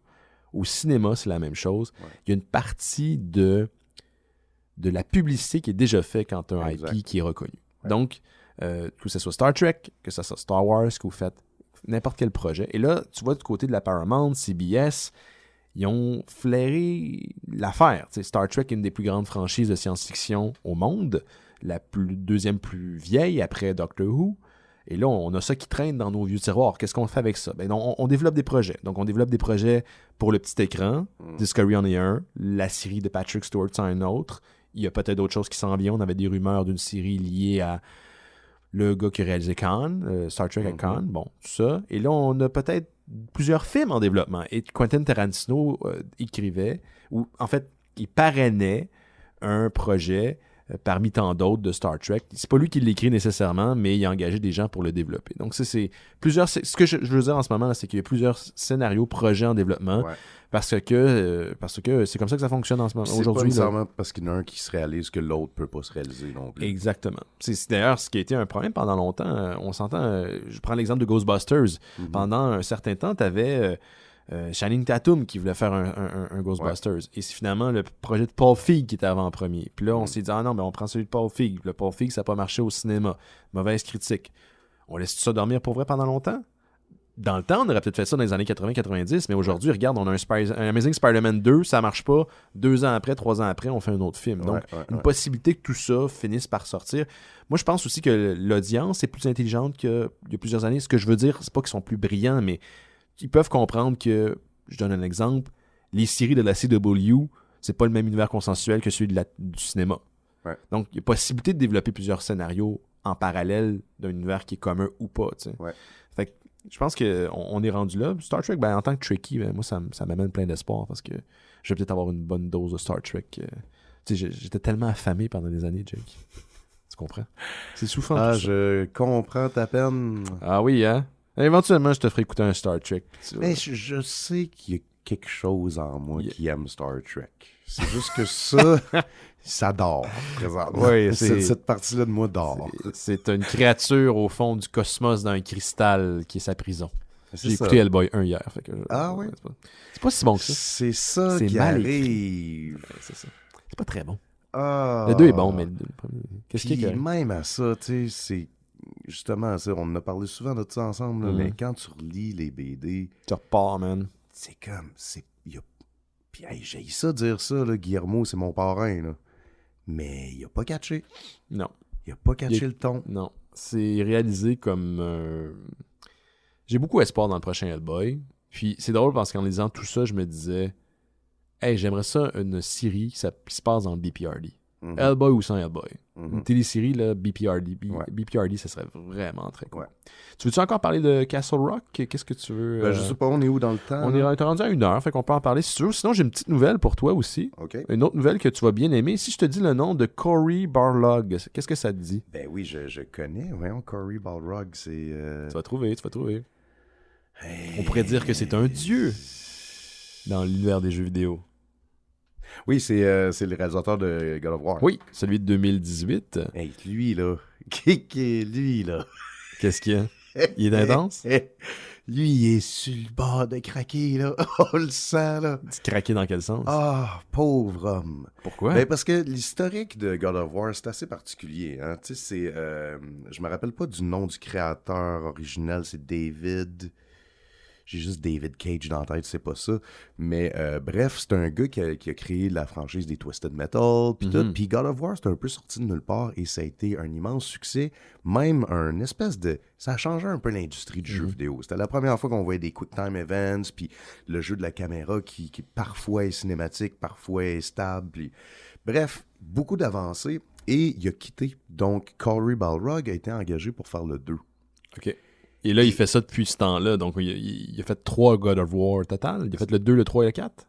Je crois que oui. Et c'est qu'il y a eu un documentaire qui était avec le disque de God of War 2 sur le développement du projet. Et tu vois que c'est juste un cauchemar et une descente aux moi, je enfers. voudrais jamais faire ça. Les gens s'entendent pas, ça s'engueule à tous les jours, ça arrête pas de switcher de décision. Puis tu le vois dans sa face, il vieillit en 1 an, là. Ça commence avec un petit jeune genre qui voit l'opportunité puis qui est comme « Wow, je vais réaliser, tu sais, comme le jeu le plus populaire, la franchise la plus big. » Puis à la fin, qui est comme juste, je sais même pas si ça vaut la peine de continuer, tu sais, c'est ça son regard. Et là, dernièrement, quand il s'est filmé en train de checker les critiques de God of War, le dernier, là, qui s'appelle juste God of War, je crois. Oui. Puis, tu sais, tu le vois qu'il craque, là. Tu sais, il se met à pleurer en lisant les critiques positives parce qu'il... Jusqu'à la sortie du jeu, il était pas sûr. On a-tu fait un bon jeu ou si le monde va penser que c'est de la merde? Parce que quand t'es dedans, tu peux pas le savoir. C'est très difficile à savoir. Puis c'est tellement des grosses productions. Là, fait que oui, qu'est-ce qui arrive avec Cory? Il a participé à un panel de discussion au PAX West 2018. Donc, PAX West ou PAX, de façon générale, ce sont des gros congrès faits par les gars de Penny Arcade depuis des années. Il parle ou il traite de jeux vidéo ou de jeux dans son ensemble. Donc, il y a autant des board games qu'il y a des jeux vidéo. Et il a participé à un panel de discussion. C'est une nouvelle qui vient de Game Informer. Et la question était la suivante. Je vous résume ça assez rapidement. C'est comment on ferait un jeu de Superman intéressant. Parce qu'on sait que celui de 64, le Superman, ça a été de la grosse boîte. C'est probablement un des pires jeux ever. Il n'y a pas eu de bons jeux de Superman. Et je crois que, comme pour les jeux vidéo, comme dans la bande dessinée, il faut que tu aies un auteur qui sache, qui sait comment bien le traiter. Ouais. Parce que c'est pas facile de créer des histoires avec un homme qui est finalement surpuissant. Et selon Cory Balrog, il y a trois prémices qu'il donnerait à ce potentiellement projet de film, de jeu, de Superman. Il dit, ça va pas arriver, là. C'est lui qui est en train de riffer sur une possibilité. La première, puis c'est celle que je trouve la plus intéressante. On traite d'un Superman vieillissant qui élève son fils à la manière de God of War. Là, moi, j'avais l'image du Superman dans Kingdom Come, avec les temples grises. Je trouvais ça vraiment beau. Ouais. L'autre, une prémisse plus proche de celle de Smallville, où tu as un Clark Kent jeune qui va à l'école durant le jour et durant ses temps libres devient tranquillement un super-héros. Il apprend à comme, maîtriser ses pouvoirs et à grandir dans le rôle de super-héros. Et la troisième, c'est là où il a plus développé la mécanique, mais sans la détailler complètement. Donc, on parle de... Disons qu'on a un Superman au début de sa carrière. Il vole pas. Donc, il court juste très, très rapidement. Ce qui était le cas, d'ailleurs, dans les premières bandes dessinées. Il sautait. Il ne pouvait pas voler, Superman. Et là, il fait des choix moraux. Il n'a pas le temps de sauver 4 personnes. Il peut en sauver juste 2. Qui tu sauves? Et ces choix-là ont une influence sur son moral. Et il y a un système de réputation qui va affecter comment ton personnage évolue dans ce monde-là. Ouais. Puis ça, je trouvais que c'était quand même quelque chose d'intéressant. Mais et c'est très champ gauche, là. C'est pas un third person, c'est pas puis honnêtement, un shooter. C'est ça, c'est que honnêtement, il y a certains réflexes en jeu qui viennent d'une autre époque. La technologie, elle a tellement évolué. Là. Ouais. Tu peux maintenant faire un monde complètement destructible. C'est possible. Fait que la limitation n'est pas technologique, elle est morale. Oui, au niveau de l'esprit.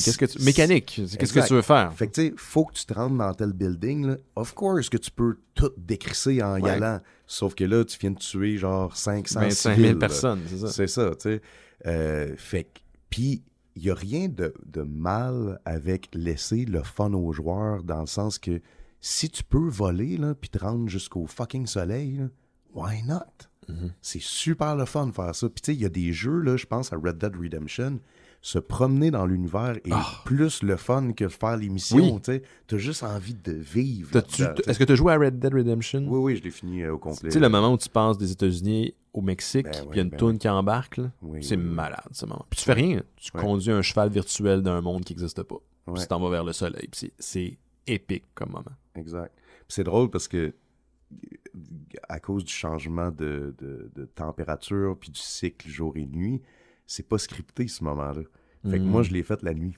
Oui. Ce trajet-là. Ah, c'est hot, ça. C'est vraiment un moment différent. Mais il y avait la toune qui embarquait. Ouais. Puis tu sais, dans le noir, là, avec la lune, tu sais, c'était super hot. Et d'ailleurs, petite parenthèse, parce que je sais que des fois, des gens cherchent des trucs sur YouTube cool, là. Il y a un YouTuber que j'ai découvert que j'aime beaucoup qui s'appelle Nakey Jakey. Fait que ça ressemble à mon nom, mais J-A-K-E. c'est J-A-Y-K-E-Y, je crois. Okay. Jakey. Nakey Jakey. Et c'est un YouTuber qui fait des critiques. Souvent, c'est très niaiseux et un peu léger. Il parle de jeux vidéo, mais des fois, c'est super intense. Puis, tu sais, il va parler genre d'un moment, genre... Puis c'est surtout le gars comment il édite ses vidéos et tout.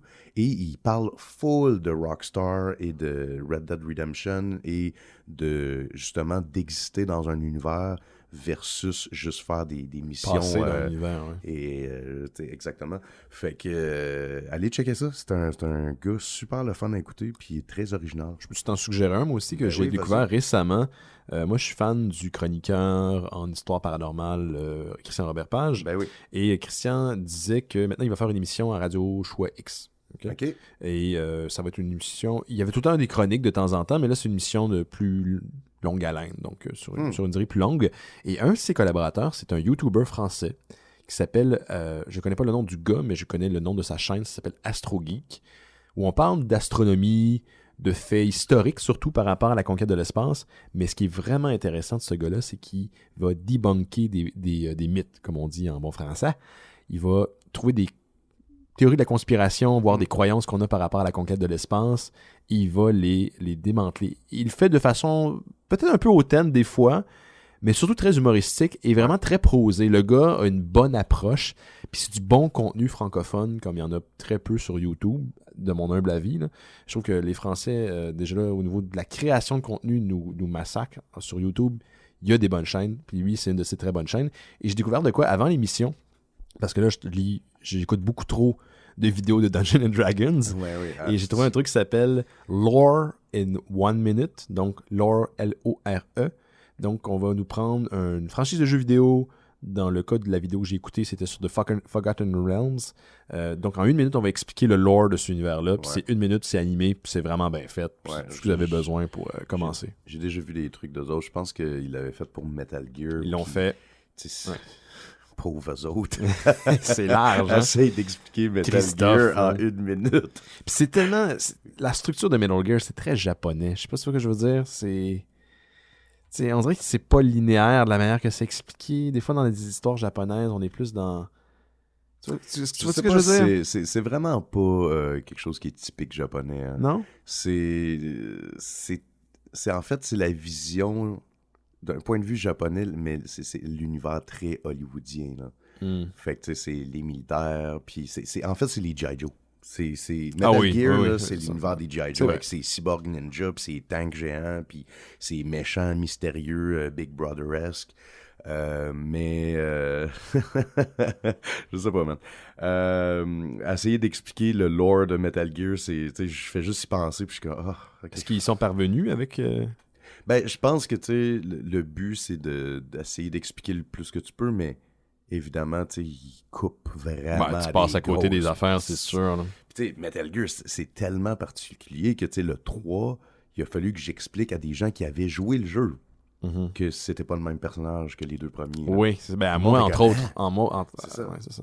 C'est pas le même Snake, mais non. Je sais pas si on a le temps de parler de Castle Rock, il est 1h10. On peut s'en reprendre la semaine prochaine, on va avoir un épisode de plus. Ouais, c'est ça. Puis au pire, on fera une bifurcation si ça donne. Il y a combien d'épisodes de prévus de Castle Rock? Je pense qu'il y en a une dizaine au total, de ce que j'ai vu pour la première saison. On est rendu à 7 ou 8? On est rendu à 8, je pense. Le prochain sera le 8e ou le 9e. Il faudrait que je vérifie. Là. Je me souviens plus ce que j'ai écouté cette semaine. Okay. Ouais. On fera ça prochainement, de quelconque manière. On va parler de Upgrade dans quelques instants, en deuxième partie d'émission, mais juste avant, je vous rappelle qu'il est Mystérieux Étonnant un Patreon. Un Patreon, c'est une plateforme que vous pouvez utiliser pour nous faire des dons. Donc, pour l'équivalent d'un café par mois. Vous faites un café. Je disais 4 pendant longtemps, mais c'est un, ça n'a pas rapport. C'est un café par mois. Vous faites en sorte que les Mystérieux Étonnants et leurs projets existent. Ouais. Donc, vous allez sur mystérieuxétonnant.com. En haut à gauche, sur notre site internet, il y a un bouton « Faire un don ». Vous cliquez là-dessus, ça amène vers Patreon. C'est super simple. Si vous voulez donner pendant 1 mois, faites ça pendant 1 mois. Si vous voulez le faire pendant 2 mois, arrêtez puis revenir plus tard, vous pouvez le faire. Mais pour nous, ça fait toute la différence. Et en échange, pour vous remercier, on fait de temps en temps un podcast exclusif pour les Patreons. Ça s'appelle Bifurcation. Et là, on est rendu à 6 épisodes. J'en ai sorti un la semaine passée. Et il y en aura un autre la semaine prochaine. Et ce qui est le fun, c'est que vous pouvez vous abonner par RSS. Chacun a un RSS unique quand vous devenez Patreon. Et ça permet en fait de vous abonner dans votre logiciel, que ce soit iTunes, sur votre cellulaire ou même sur votre ordinateur personnel. Et vous avez tous les épisodes sont là. C'est pas parce que vous arrivez après 1 an que vous n'avez pas le droit aux autres épisodes auparavant qui ont été publiés avant. Donc c'est ça, allez sur mystérieuxétonnant.com, ça fait toute la différence. Sinon, il y a différentes façons de nous aider. Allez sur iTunes, laissez un 5 étoiles, une petite critique, ça fait en sorte qu'on remonte dans les palmarès et ça donne la visibilité à l'émission. Et parlant de visibilité de l'émission, partagez le show, parlez-en à vos amis qui trippent podcast. Dites-leur qu'il n'y a pas juste des podcasts d'humour, même si c'est bon, mais il y en a d'autres. Il y en a nous autres. Moi, j'en parle tout le temps. Là. Pourquoi tu me dis ça? Toi, tu le sais, mais le monde là, à la maison, là, faites en sorte que ce soit plus connu, le podcast. Puis quand je dis le podcast, je parle de mon show, OK? Ouais. Donc, c'est ça. On fait 2 autres émissions aussi, les mystérieux, Cœur et Croupe, qui va revenir à la fin de septembre. Okay. Donc, c'est déjà prévu. On a déjà un invité avec Marie-Lune qui anime cette émission. Et Noël Chisdor, comme je l'ai mentionné tout à l'heure, un épisode dédié à Noël. À chaque épisode sera enregistré ce jeudi et sera disponible probablement ce vendredi. On prend une petite pause et on revient dans quelques instants avec Upgrade, le film de la semaine.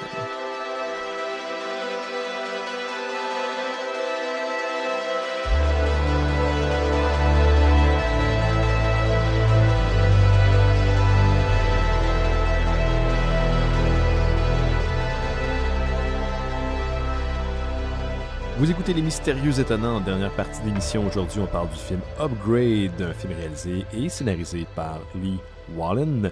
On vous rappelle qu'on spoil en dernière partie de l'émission, donc vous n'avez pas vu le film ou vous l'écoutez plus tard, vous pouvez faire pause, revenir à l'émission, C'est comme vous voulez. Il y a du monde, des fois, qui l'écoute pareil. C'est bien correct. C'est selon votre choix. Film de science-fiction, on pourrait dire même cyberpunk. On est dans ces eaux-là. Suggestion de Jake, parce que le film est maintenant disponible en VOD, donc vous pouvez l'acheter ou aussi le louer sur iTunes, entre autres, et d'autres services de stream en continu. Mais moi, c'est Simon qui m'en a parlé pour la première fois. Ouais. C'est lui qui m'avait même shooté le trailer. Si vous avez la chance, écoutez pas le trailer, parce que c'est encore plus le fun quand t'as aucune fucking idée, surtout pour un film comme ça. Mais allez louer là, sur iTunes, ça coûte pas cher. C'est genre 5$. C'est ça. Même pas. Mais essayer de le résumer, c'est quand même une histoire qui est relativement simple. On a un personnage du nom de Gray Trace, qui est un mécanicien. On est dans un futur plus ou moins nommé, qui n'est pas si loin du nôtre, mais où on voit que la technologie, elle a évolué. Elle est maintenant partout. Entre autres l'intelligence artificielle, et Gray Trace, lui, se refuse d'avoir des implants. Un old school guy. Ouais, lui préfère avoir ses mains sales, faire de la mécanique. D'ailleurs, c'est ce qu'il fait. Il va travailler sur des vieilles automobiles, c'est ce qu'il fait dans sa vie. Il a une copine qui est jouée par Melanie Vallejo. Moi, je connais pas ces deux acteurs-là, mais je les trouve extraordinaires en passant. Puis, je veux juste dire que Gray Trace est joué par Logan Marshall Green. Je sais pas si je l'ai dit, là, mais c'est deux acteurs exceptionnels. Ils ont une super de belle chimie. Et un de ces jours, Gray amène sa copine rencontrer son plus récent employeur, un homme d'affaires, pensez un genre de Bill Gates du futur, mais qui a genre 20 ans. Okay? Ouais. Un génie. Et c'est lui qui a demandé de réparer son auto. Un Mark Zuckerberg. Ouais, un peu socially awkward, peut-être dans le spectre de l'autisme un petit peu, on n'est pas trop sûr, il est un peu étrange. Et en revenant de cette rencontre, ils sont attaqués. Leur voiture est déréglée, elle a été piratée, et la femme de Gray est assassinée devant ses yeux, et lui est rendu quadraplégique. Donc, après plusieurs mois de physiothérapie, il retourne chez lui, sa mère s'occupe de lui, mais sa vie complètement ravagée.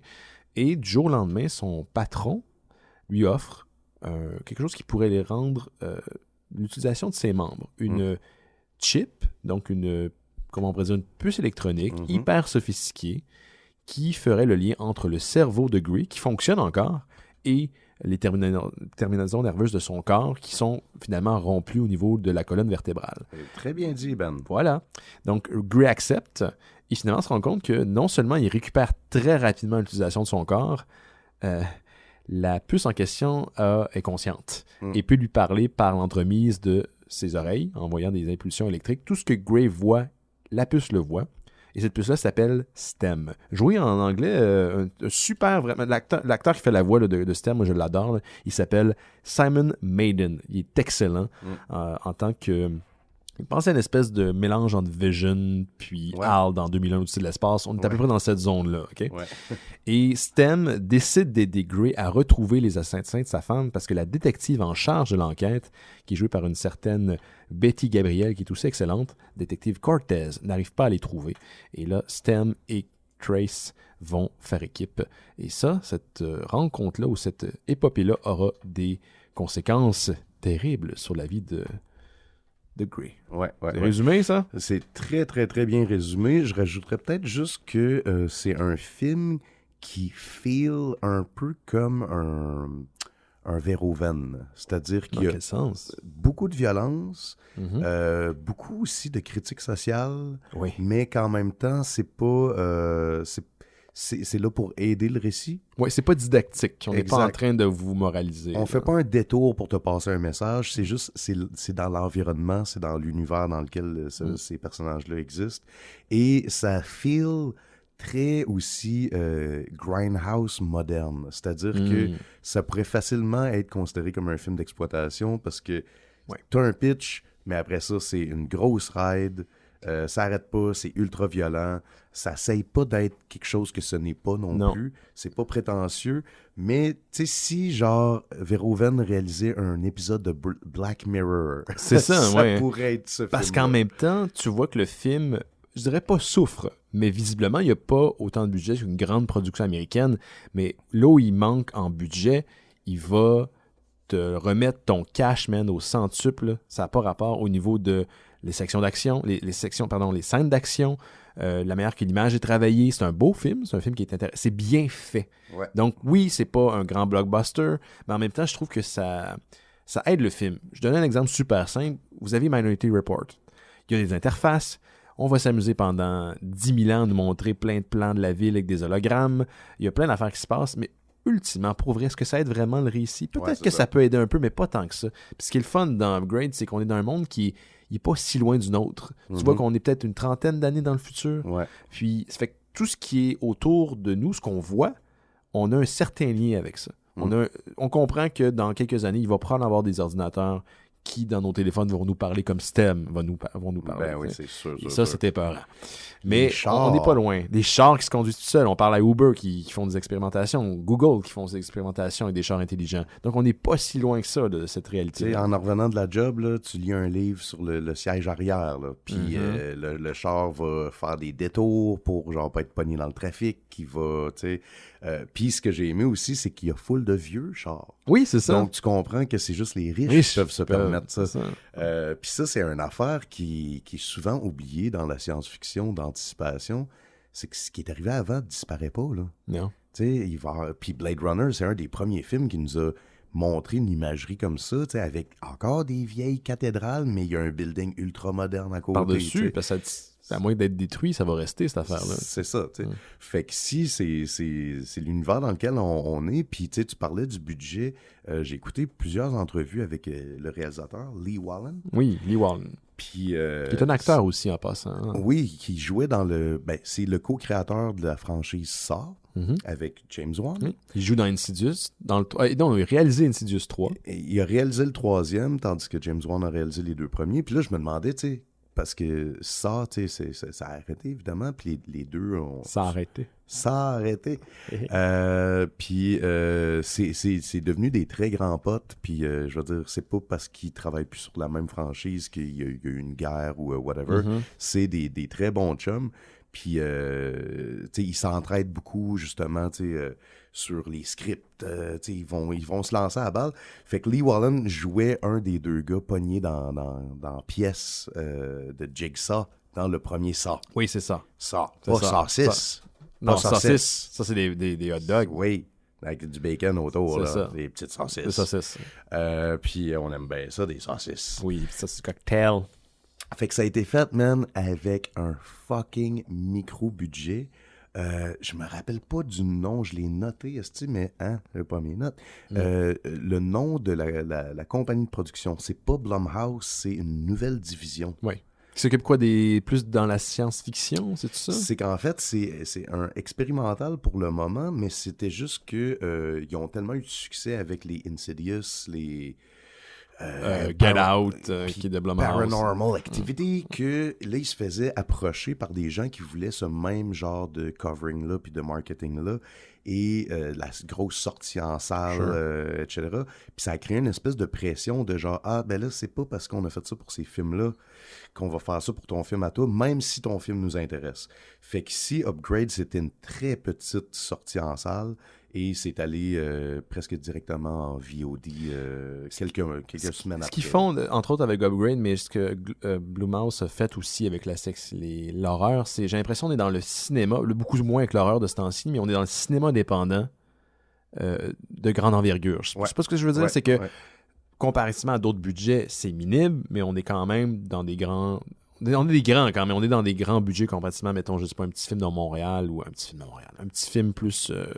qui fait pas partie de la machine hollywoodienne. Ouais. Mais moi, Upgrade, j'ai senti que c'était un projet d'amour. Il y avait vraiment une fabrique indépendante. Ça se feel indépendant, ce film-là. Mais ça fonctionne bien. Puis l'avantage de faire des films à micro-budget comme ça, c'est au niveau du script. Dans des grosses productions, il y a beaucoup de monde qui investissent de l'argent. Il y a personne qui justifie leur job. Puis qui veulent justement, mais pas ça parce que ça veut dire ça et tout. Là, tu sens qu'il y a une liberté totale. Le réalisateur a dit qu'il n'y a jamais eu aucune censure au niveau de la production. Après ça, il y a eu des contraintes budgétaires qui l'empêchaient de faire certaines choses.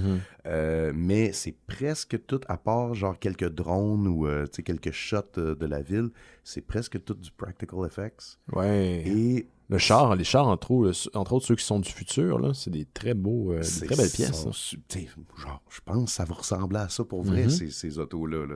Mais le budget, c'était le même qu'un Paranormal Activity. Wow, c'est rien, ça. C'est absolument rien. C'est rien. Puis disais même, tu sais, avec, mettons, Insidious, ou Conjuring, on est dans une maison la plupart du temps. Tu sais, ça l'aide tellement à faire un film à petit budget quand ça tourne autour d'une maison. Et d'un gars qui se parle tout seul. Oui, c'est ça. Parce que le personnage principal de Trace, de Grey Trace, parle à Stern, mais finalement, c'est un gars qui parle devant une caméra tout seul une bonne partie du film. Là, il se fait des conversations. Moi, là, j'écoutais le film, je sais pas pour toi, je ne voyais que l'acteur qui a fait Bane, Tom Hardy. Ouais. J'arrêtais pas de voir Tom Hardy. Il y a le charisme, il y a le casting de Tom Hardy, mais en même temps, ce gars-là prend possession complètement de son corps. Parce que quand Grey Trace commence à remarcher, à se promener, oui, il est capable de faire ce que toi et moi, on est capable de faire tous les jours, qu'on prend pour acquis, mais il le fait d'une manière presque robotisée, mais pas caricaturale. Ouais. Tu vois qu'il manque une certaine souplesse, que ses mouvements sont hyper contrôlés, mais Caroline, ça fonctionne. Ça donne toute une saveur au film. Puis c'est qu'il y a plusieurs modes. D'ailleurs, Logan Marshall Green, c'est ça? Oui. Quand tu tapes son nom, il y a tout de suite genre looks like Tom Hardy sur Google, puis il y a plein de photos qui montrent les deux. Oui. Moi, j'ai connu cet acteur-là avec... premier rôle, je l'ai vu, c'est dans Prometheus, où il fait pas un personnage très charismatique, mais c'est le dude là, qui se fait infecter dans l'œil. Le connard qui... Ah non, OK, le chum de l'autre. OK, je pensais que l'autre qui avait fumé du pot dans son soupe. Non. Fait que c'est quand même un rôle assez important dans le film. Puis il a joué aussi dans Spider-Man, c'est le Shocker original. Ah, ben oui, mais c'est un petit rôle, ça aussi, on voit pas souvent. C'est un super petit rôle. Fait que le gros rôle dans lequel je l'ai vu pour la première fois, c'est un film qui s'appelle The Invitation, qui est sur Netflix, c'est en site. Pitchez-vous là-dessus. Tu m'en as parlé, c'est très bon. Fucking bon. Et sa performance là-dedans, c'est spectaculaire. Le gars, il a mis son âme dans ce rôle-là, puis ça paraît, là. Il joue toutes les ranges d'émotions possibles. Il est fucking malade. Mais là, ici, ce qui est malade, c'est que le gars, il joue comme 3 types d'acting avec son corps. Parce qu'il y a, avant de se faire implanter la chip. Comme tout le monde, donc, une personne. Exact. Mais là, après ça, quand il y a la chip, des fois, c'est lui qui contrôle, c'est lui qui dicte comment il veut agir. Et là, ça, c'est super étrange parce que tu sens qu'il est raide. Puis d'ailleurs, ils font une espèce de beau jeu avec la caméra où la caméra a l'air fixée sur lui. Oui, elle suit le corps de l'acteur, on dirait. Mais c'est le background qui bouge un peu à chaque pas. Donc, on dirait qu'il est stable, mais on est déstabilisé, genre. Et l'autre... Ça, c'est accentué quand il se bat, d'ailleurs. Exact. Et l'autre mode, c'est quand la puce STEM prend le contrôle total de son corps. Et là, son acting, c'est comme si sa tête était toujours derrière son corps. Il est surpris par les mouvements, puis, tu sais, il joue tellement bien, tu y cries. Tu y crois. Puis ça, c'est un des plus gros effets dans le film. C'est considéré comme, mettons, un effet spécial, mais ça n'en est pas un, parce que c'est juste de l'acting, mais c'est ça qui rend le truc crédible. C'est ça qui rend la chip, on la sent, puis on a l'impression qu'elle existe pour vrai. T'sais. Quand il commence à se battre, et il y a le mouvement qui suit la caméra qui suit les mouvements, puis lui qui est hyper précis, parce que c'est le système qui contrôle finalement le corps au complet sans l'approbation de Trace, de Grey. Cet effet-là, moi, je m'attendais pas à ça. Parce qu'au début, c'est vraiment tragique. T'as un bon 15 minutes. Là, et c'est vraiment triste. Parce que les acteurs, le mari, la femme, ont vraiment une belle dynamique. Tu y crois. Ça arrive. Ce qui se produit est hyper tragique. Puis c'est quand même assez graphique quand même. Mais quand l'action embarque, il y a un changement de ton en même pas une seconde. Et l'effet, là, moi, j'ai eu l'impression de pénétrer dans un nouveau film. D'assister à un nouveau film. Tellement que la section m'a tellement... rempli d'énergie. J'ai fait pause, puis j'allais voir Simon, qui était de l'autre côté, qui écoutait sûrement Interhumaine, on va faire la même. J'ai dit, tabarnak, je viens de voir la première scène d'action. C'est fucking malade. Puis c'est pas surutilisé. Moi, ma crainte, c'est que la prémisse était tellement faible qu'il n'y avait pas grand-chose à faire. C'était lui qui allait faire des jokes avec Stern, puis Stern qui comprend pas vraiment l'humour parce que c'est un robot, puis ça allait virer un peu body cop movie. Puis au contraire, c'est qu'il n'y a aucune scène de conversation entre Stern et Grey qui se ressemblent. Stem est tout le temps utilisé de différentes manières. Il va voir des choses que Grey ne va pas voir. Donc, par exemple, je vais faire un pan de la pièce. Stem va réaliser quelque chose. Ah, il y a ça dans ce coin-là. Regarde, vas-y, il va lui donner des instructions. C'est vraiment c'est des bonnes idées. Et même les scènes d'action, il n'y a rien qui se ressemble. Je sais pas si tu viens de la Matrice 2. C'était beau les chorégraphies, mais c'était sans âme comme bataille. Parce que il y avait rien qui se passait. Il y avait rien derrière. Ça faisait pas bouger l'histoire. Non. Ça faisait pas avancer rien. C'est tout le contraire dans Upgrade. Ça fait la facture du film. C'est quelque chose de nouveau, mais en même temps super excitant. Exact. Pour moi, c'est ce que... Ça a tout changé. À partir du moment qu'il y a eu la première scène d'action et comment cette scène-là se conclut, là, avec la tête du gars qui est à moitié arrachée par sa bouche, là, OK, on est dans un autre film. On n'est pas dans du Hollywood de base. Là. On essaie des affaires ici. Moi, j'ai fait « Oh my God! » à voix haute. Oui, j'ai réagi. Moi, j'ai fait « Oh! » J'ai réagi. Là. Parce que l'effet arrive d'un coup. Là, tu t'y attends pas. On voit la scène à travers ses yeux à lui. Fait que lui aussi, il est comme « Oh shit! » Puis tu sais, première affaire qu'il fait, il va gerber. C'est pas vrai que c'est pas un tueur. Tu disais non, puis n'importe qui, si t'arraches la mâchoire de quelqu'un, c'est graphique en tabarnak, là. Fait que, tu sais, personne peut rester chill avec ça, là, tu sais. Puis juste pour en revenir un peu sur l'acting, moi, j'ai été surpris comment que j'étais investi, puis j'y croyais. J'y croyais au fou. Tu sais, il y a une scène où, parce que quand il devient quadriplégique, sa mère s'occupe de lui. Ah, c'est fucking. Elle est en train de lui couper à la barbe.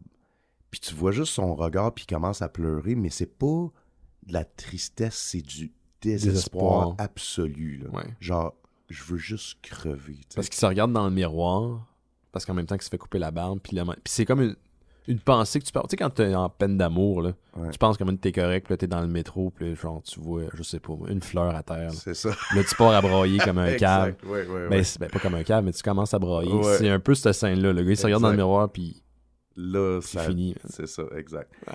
Puis ça, c'est surprenant. Puis moi, j'avais vu le trailer, fait que je savais un peu la prémisse, mais ce que je savais pas, puis ça et tout, c'est vraiment le fun. Moi, j'avais rien vu en passant. Ah, c'est parfait de même. Mais c'est quand Stem embarque, il est vraiment du bord à Grey. Il aide au bout. Fait que tu fais comme, c'est donc ben nice. Tu sais, il est pas en train de dire, tu devrais pas faire ça. Le boss, il veut pas ça. Non. Il est de son bord, puis il veut trouver l'assassin de sa femme. Fait que tout de suite, c'est comme uplifting. C'est vrai. C'est comme, oh shit, c'est pas juste un outil, c'est un partner. Tu sais. On veut avoir un Stem des fois. Moi, je pensais que ça allait tomber dans le body horror où ce que Stem prend contrôle complètement, puis il fait bon, ben non, là c'est moi qui prends, puis il rentre, puis il tue tout le monde, puis c'est lui qui. Parce que comme je n'avais vu aucune bande-annonce, je savais pas pantoute où ce que ça en allait. Ouais. Genre, tu vois, Stem va se dérégler, là. Il va devenir fou, il va tuer tout le monde, puis c'est Grey qui est comme témoin. Qui peut pas réagir par rapport à ce qu'il voit. Là, finalement, c'est pas vraiment ça qui se passe, mais quand même. Là. Ouais. Mais à partir du moment où ils ont une belle complicité puis ils travaillent ensemble, ouais, comme toi, j'étais dedans. C'est ça. J'étais investi. C'est que tu sens que Stem, il est pas là pour être intrusif. Tu sais, je parle au début. Parce que même, tu sais, il est comme, tu trouves ça bizarre, tu sais, que je parle. Puis il est comme, ouais, c'est fucking weird. Est-ce que t'aimerais mieux que je parle pas? Puis il est comme, ouais, arrête de parler tout de suite. Puis là, il se retrouve en silence, puis bien sûr que tu veux jaser avec cette intelligence artificielle. C'est juste que tu veux avoir le choix, tu sais. Mais la petite subtilité dans cette scène-là, t'as-tu remarqué? Il laisse un moment aller, et là, Grey fait « OK, mais là, c'est quoi, là, tu m'entends en ce moment? » Je sais pas qu'est-ce qu'il dit, là, mais là, Stem répond pas, parce qu'il vient d'y donner l'ordre de pas parler. Fait que là, il faut qu'il donne le contre-ordre de maintenant, là, tu peux parler. Ça, j'ai trouvé ça le fun, parce que tu vois comment la machine pense à partir de ce moment-là. Exact. Ah, c'est fantastique. Fait que t'as trippé, là. J'ai trippé.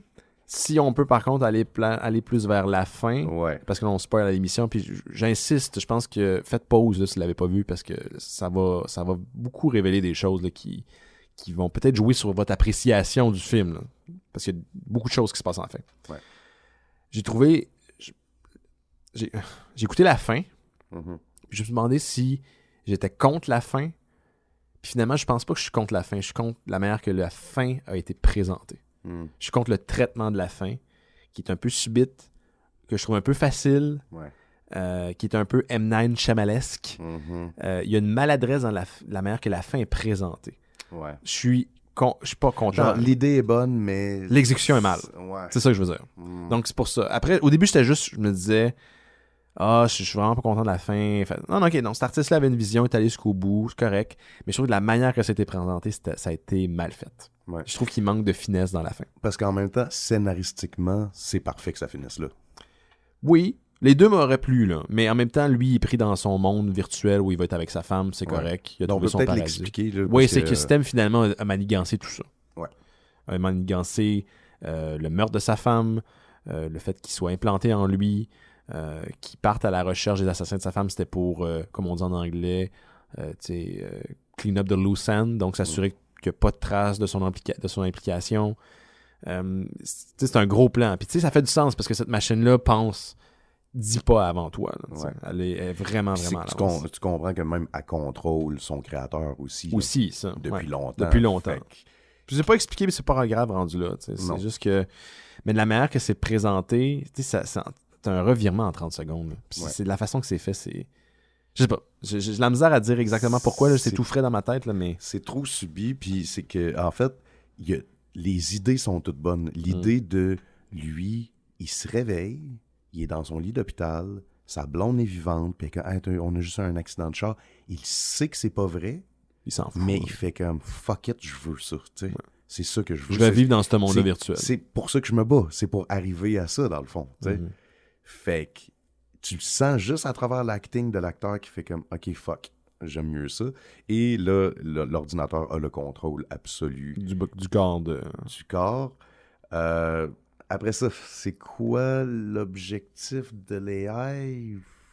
D'en vivre un corps d'humain, I guess. Puis de dominer. C'est pas clair. Ouais. Mais je trouve ça le fun qu'il n'y ait pas un plan. Il est pas en train de dire je vais créer d'autres puces puis je vais les implanter dans les corps des autres humains. Puis il n'y a pas ça. Le rendu là, ça se peut que ce soit son plan, ça se peut qu'il veut juste vivre l'expérience d'un humain, goûter, manger, avoir du sexe, je sais pas là. Mais ce que j'aurais aimé, comme juste petite nuance, c'est que un peu comme Ultron, là, qui est un AI qui décide que finalement, peut-être tuer les humains, ce serait mieux pour la planète. Là. Mais ça aurait été le fun qu'il fasse que mais si je veux vraiment mieux te servir, je suis mieux de te contrôler à 100%. Ce qui est un non-sens, mais pour un ordinateur, c'est qui fait du sens. Je pensais que c'était dans cette direction-là qu'on allait. La route vers l'enfer est pavée de bonnes intentions. Là. C'est ça. Les méchants se voient rarement méchants. Oui, exact.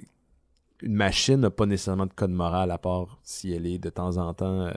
elle a des paramètres qui l'empêchent de faire certains trucs. Puis c'est ça qu'elle a d'ailleurs au début. Là. Elle a des directives. Moi, je pensais que c'est dans cette direction-là qu'on allait. Je pense que j'aurais plus apprécié ça. C'est comme plus intéressant. Mais ça aurait fini vraiment glauque. Le gars, pour le restant de ses jours, est incapable de contrôler son corps d'aucune manière. Puis tu sais que tu vois juste comme Grey, après ça, faire des trucs, tu sais, genre s'entraîner, bien manger.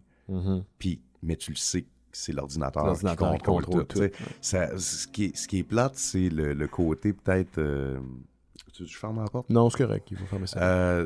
C'est le côté genre, tu sais, evil de l'ordinateur, tu sais, est méchante à la fin. Puis tu fais que, c'est plate parce que tout le long du film, on sentait pas ça. Non.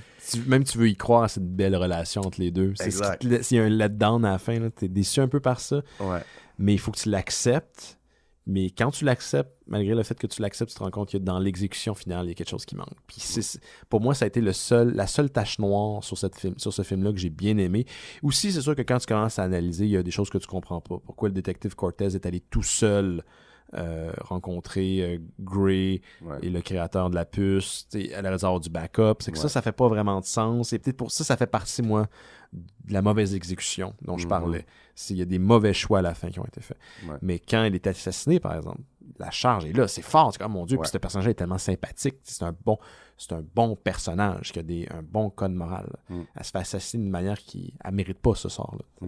Mais j'aime ça parce que on est dans le super-héros, on est dans le fantastique, on est dans les gros films de grosses franchises ces 2 dernières années. Et là, tu as Blumhouse qui fait des films de champ gauche. Là. On essaie des nouvelles affaires, on joue avec la forme, on fait des films un petit peu plus indépendants, mais qui risquent des nouvelles formules.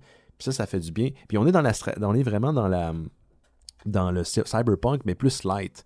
Pensez pas à Cyberpunk 2077. Il n'y a pas un gars avec un gros œil, 3e œil sur le front avec un... c'est pas ce genre de niveau-là. Il y a de quoi... C'est très niaiseux, mais moi, je trouve ça badass. Je trouve ça malade. Que les armes sont intégrées dans le corps. C'est cool. Fait que, tu sais, c'est le gun, dans le fond, sort de la main. De la main, puis tu mets des cartouches, des balles dans ton avant-bras. Ça, c'est fucké. C'est un peu ridicule. Mais c'est ça. Je trouve ça fucking cool. C'est vraiment cool. Puis ça revient un peu à ce qu'on disait tantôt, c'est qu'ils vont pas over the top à cause du budget, mais ça sert le film. Ouais. Parce qu'aujourd'hui, ce même film-là aurait été fait par un plus gros studio. Ça aurait été hyper coûteux parce qu'on aurait insisté à mettre des hologrammes partout, puis des éléments là, dans tous les bras, tout le monde, on aurait vraiment développé. Et là, on n'est pas là-dedans, on est quelque chose de plus subtil. Puis oui, c'est à cause du budget, mais au final, ça permet de livrer une histoire qui est plus intimiste, qui nous touche. Parce qu'à la fin, si on est aussi bouleversé, c'est parce qu'on naît à Stem, on naît à Cortez, on naît à Grey. Et je pense pas qu'une grosse production avec bien des effets spéciaux nécessairement aurait été dans la même zone, nécessairement dans la même finale. Parce que, ultimement, c'est super émotif comme prémisse, puis on est dans la tête de ce gars-là pendant... Puis ce que j'apprécie beaucoup aussi, le film est court. Oui, 1h30. Il y a un 1h45 peut-être. Tu sais, comme je me suis levé pour aller aux toilettes, j'ai pesé sur pause, puis on était déjà à moitié du film. J'ai fait non, tu sais, pas déjà, tu sais. Puis j'étais juste à moitié. Mais c'est à l'avantage du film, ça. Oui, tu as tout à fait raison. C'est aussi court. Tu sais, on est habitué là, à des grosses histoires épiques de 2h30. Là. C'est le fun d'un film de 1h25 là, qui est short and sweet, puis...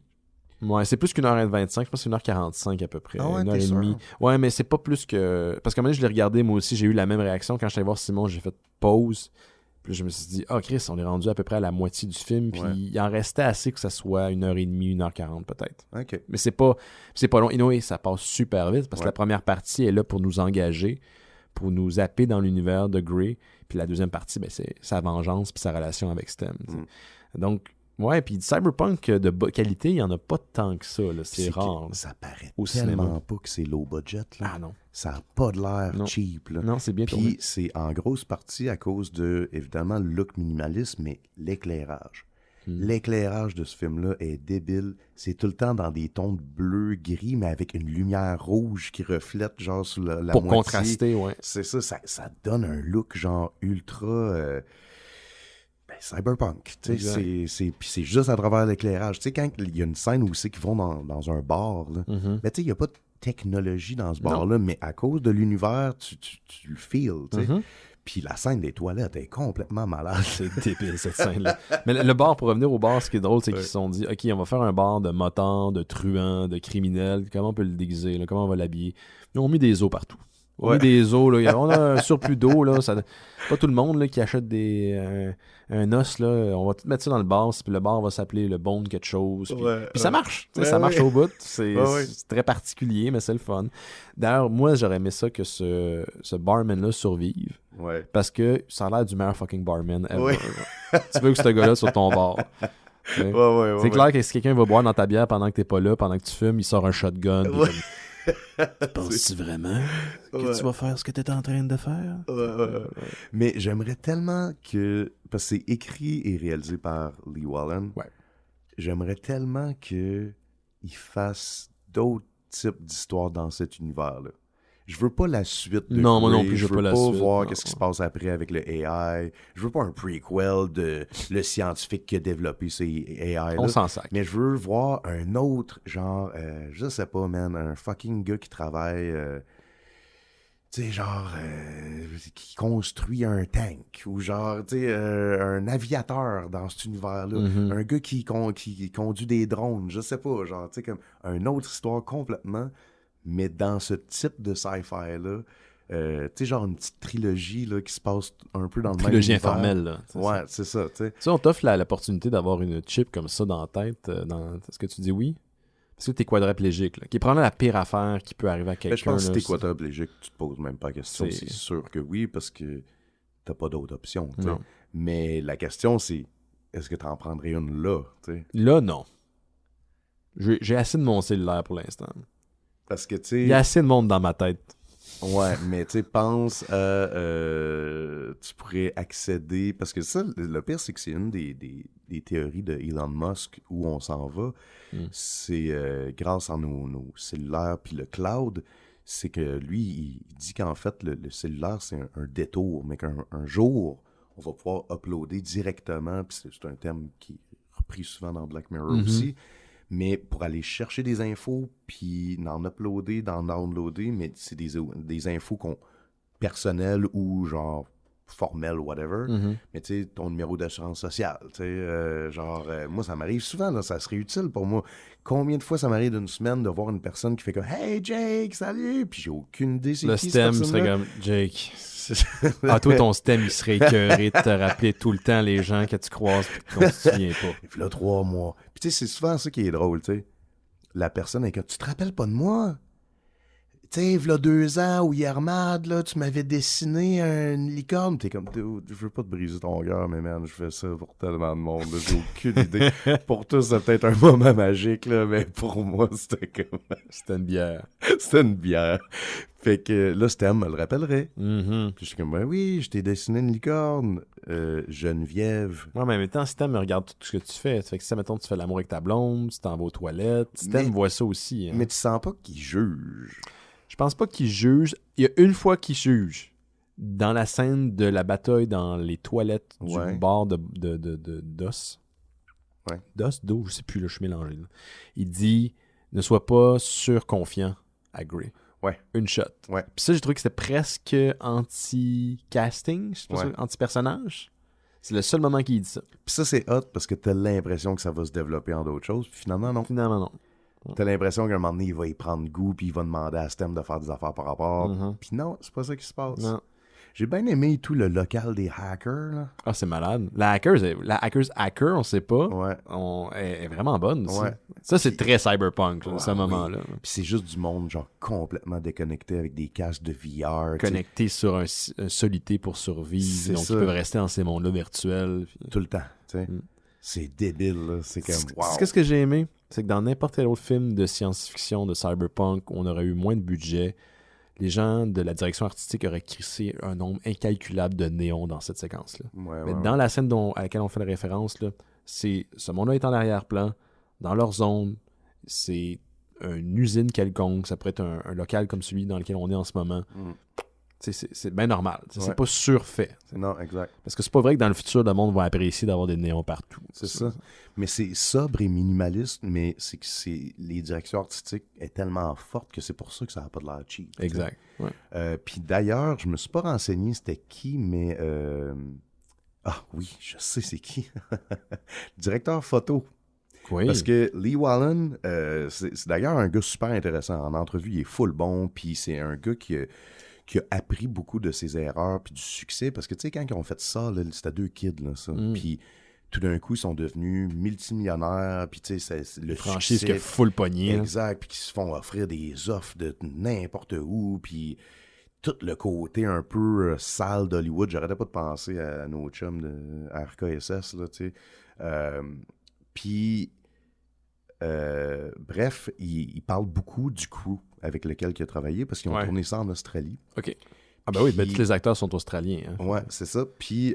Hostie de calice, je viens de réaliser de tabarnak.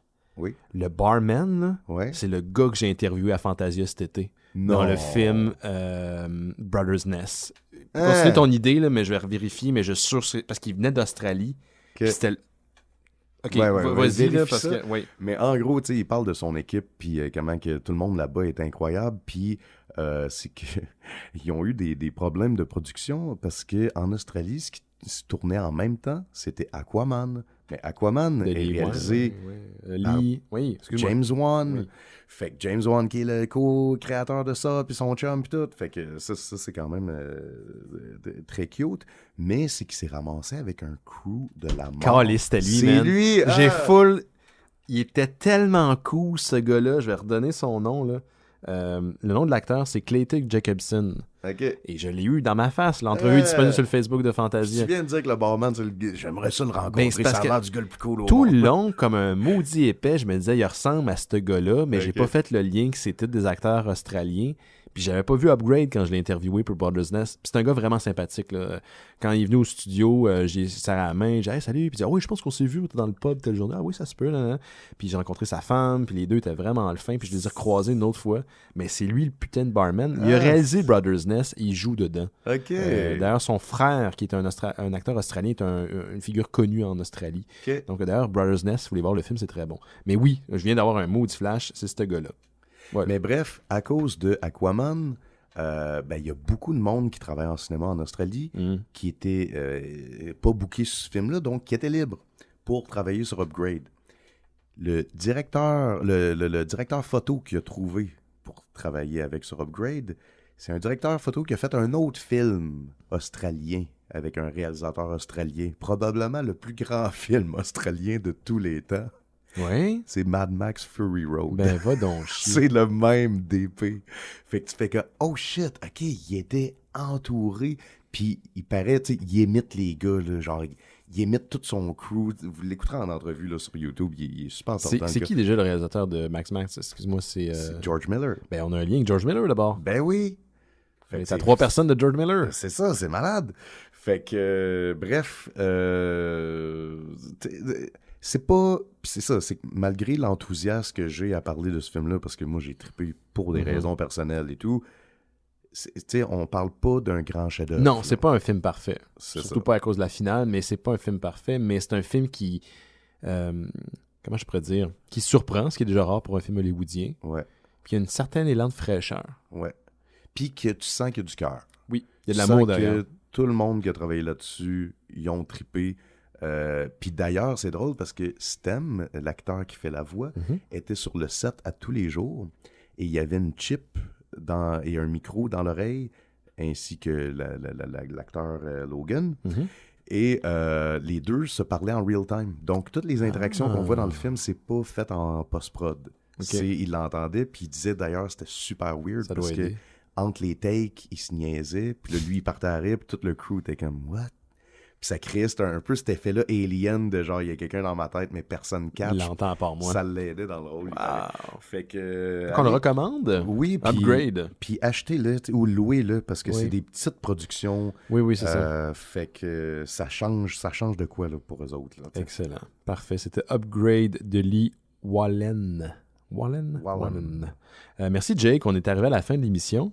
On se revoit bientôt. Ça a bien été. Ça a bien été. Même si j'avais pas mes notes. Ben oui, c'est parfait. On se voit jeudi, au pire, au lancement de l'album, le volume 2 de L'Esprit du Camp à la Planète BD. Sinon, on se voit la semaine prochaine, tout le monde, avec un nouvel épisode des Mystérieux Étonnants. Et manquez pas vendredi, un nouvel épisode de Noël Gisdard. OK, bye-bye. Yeah.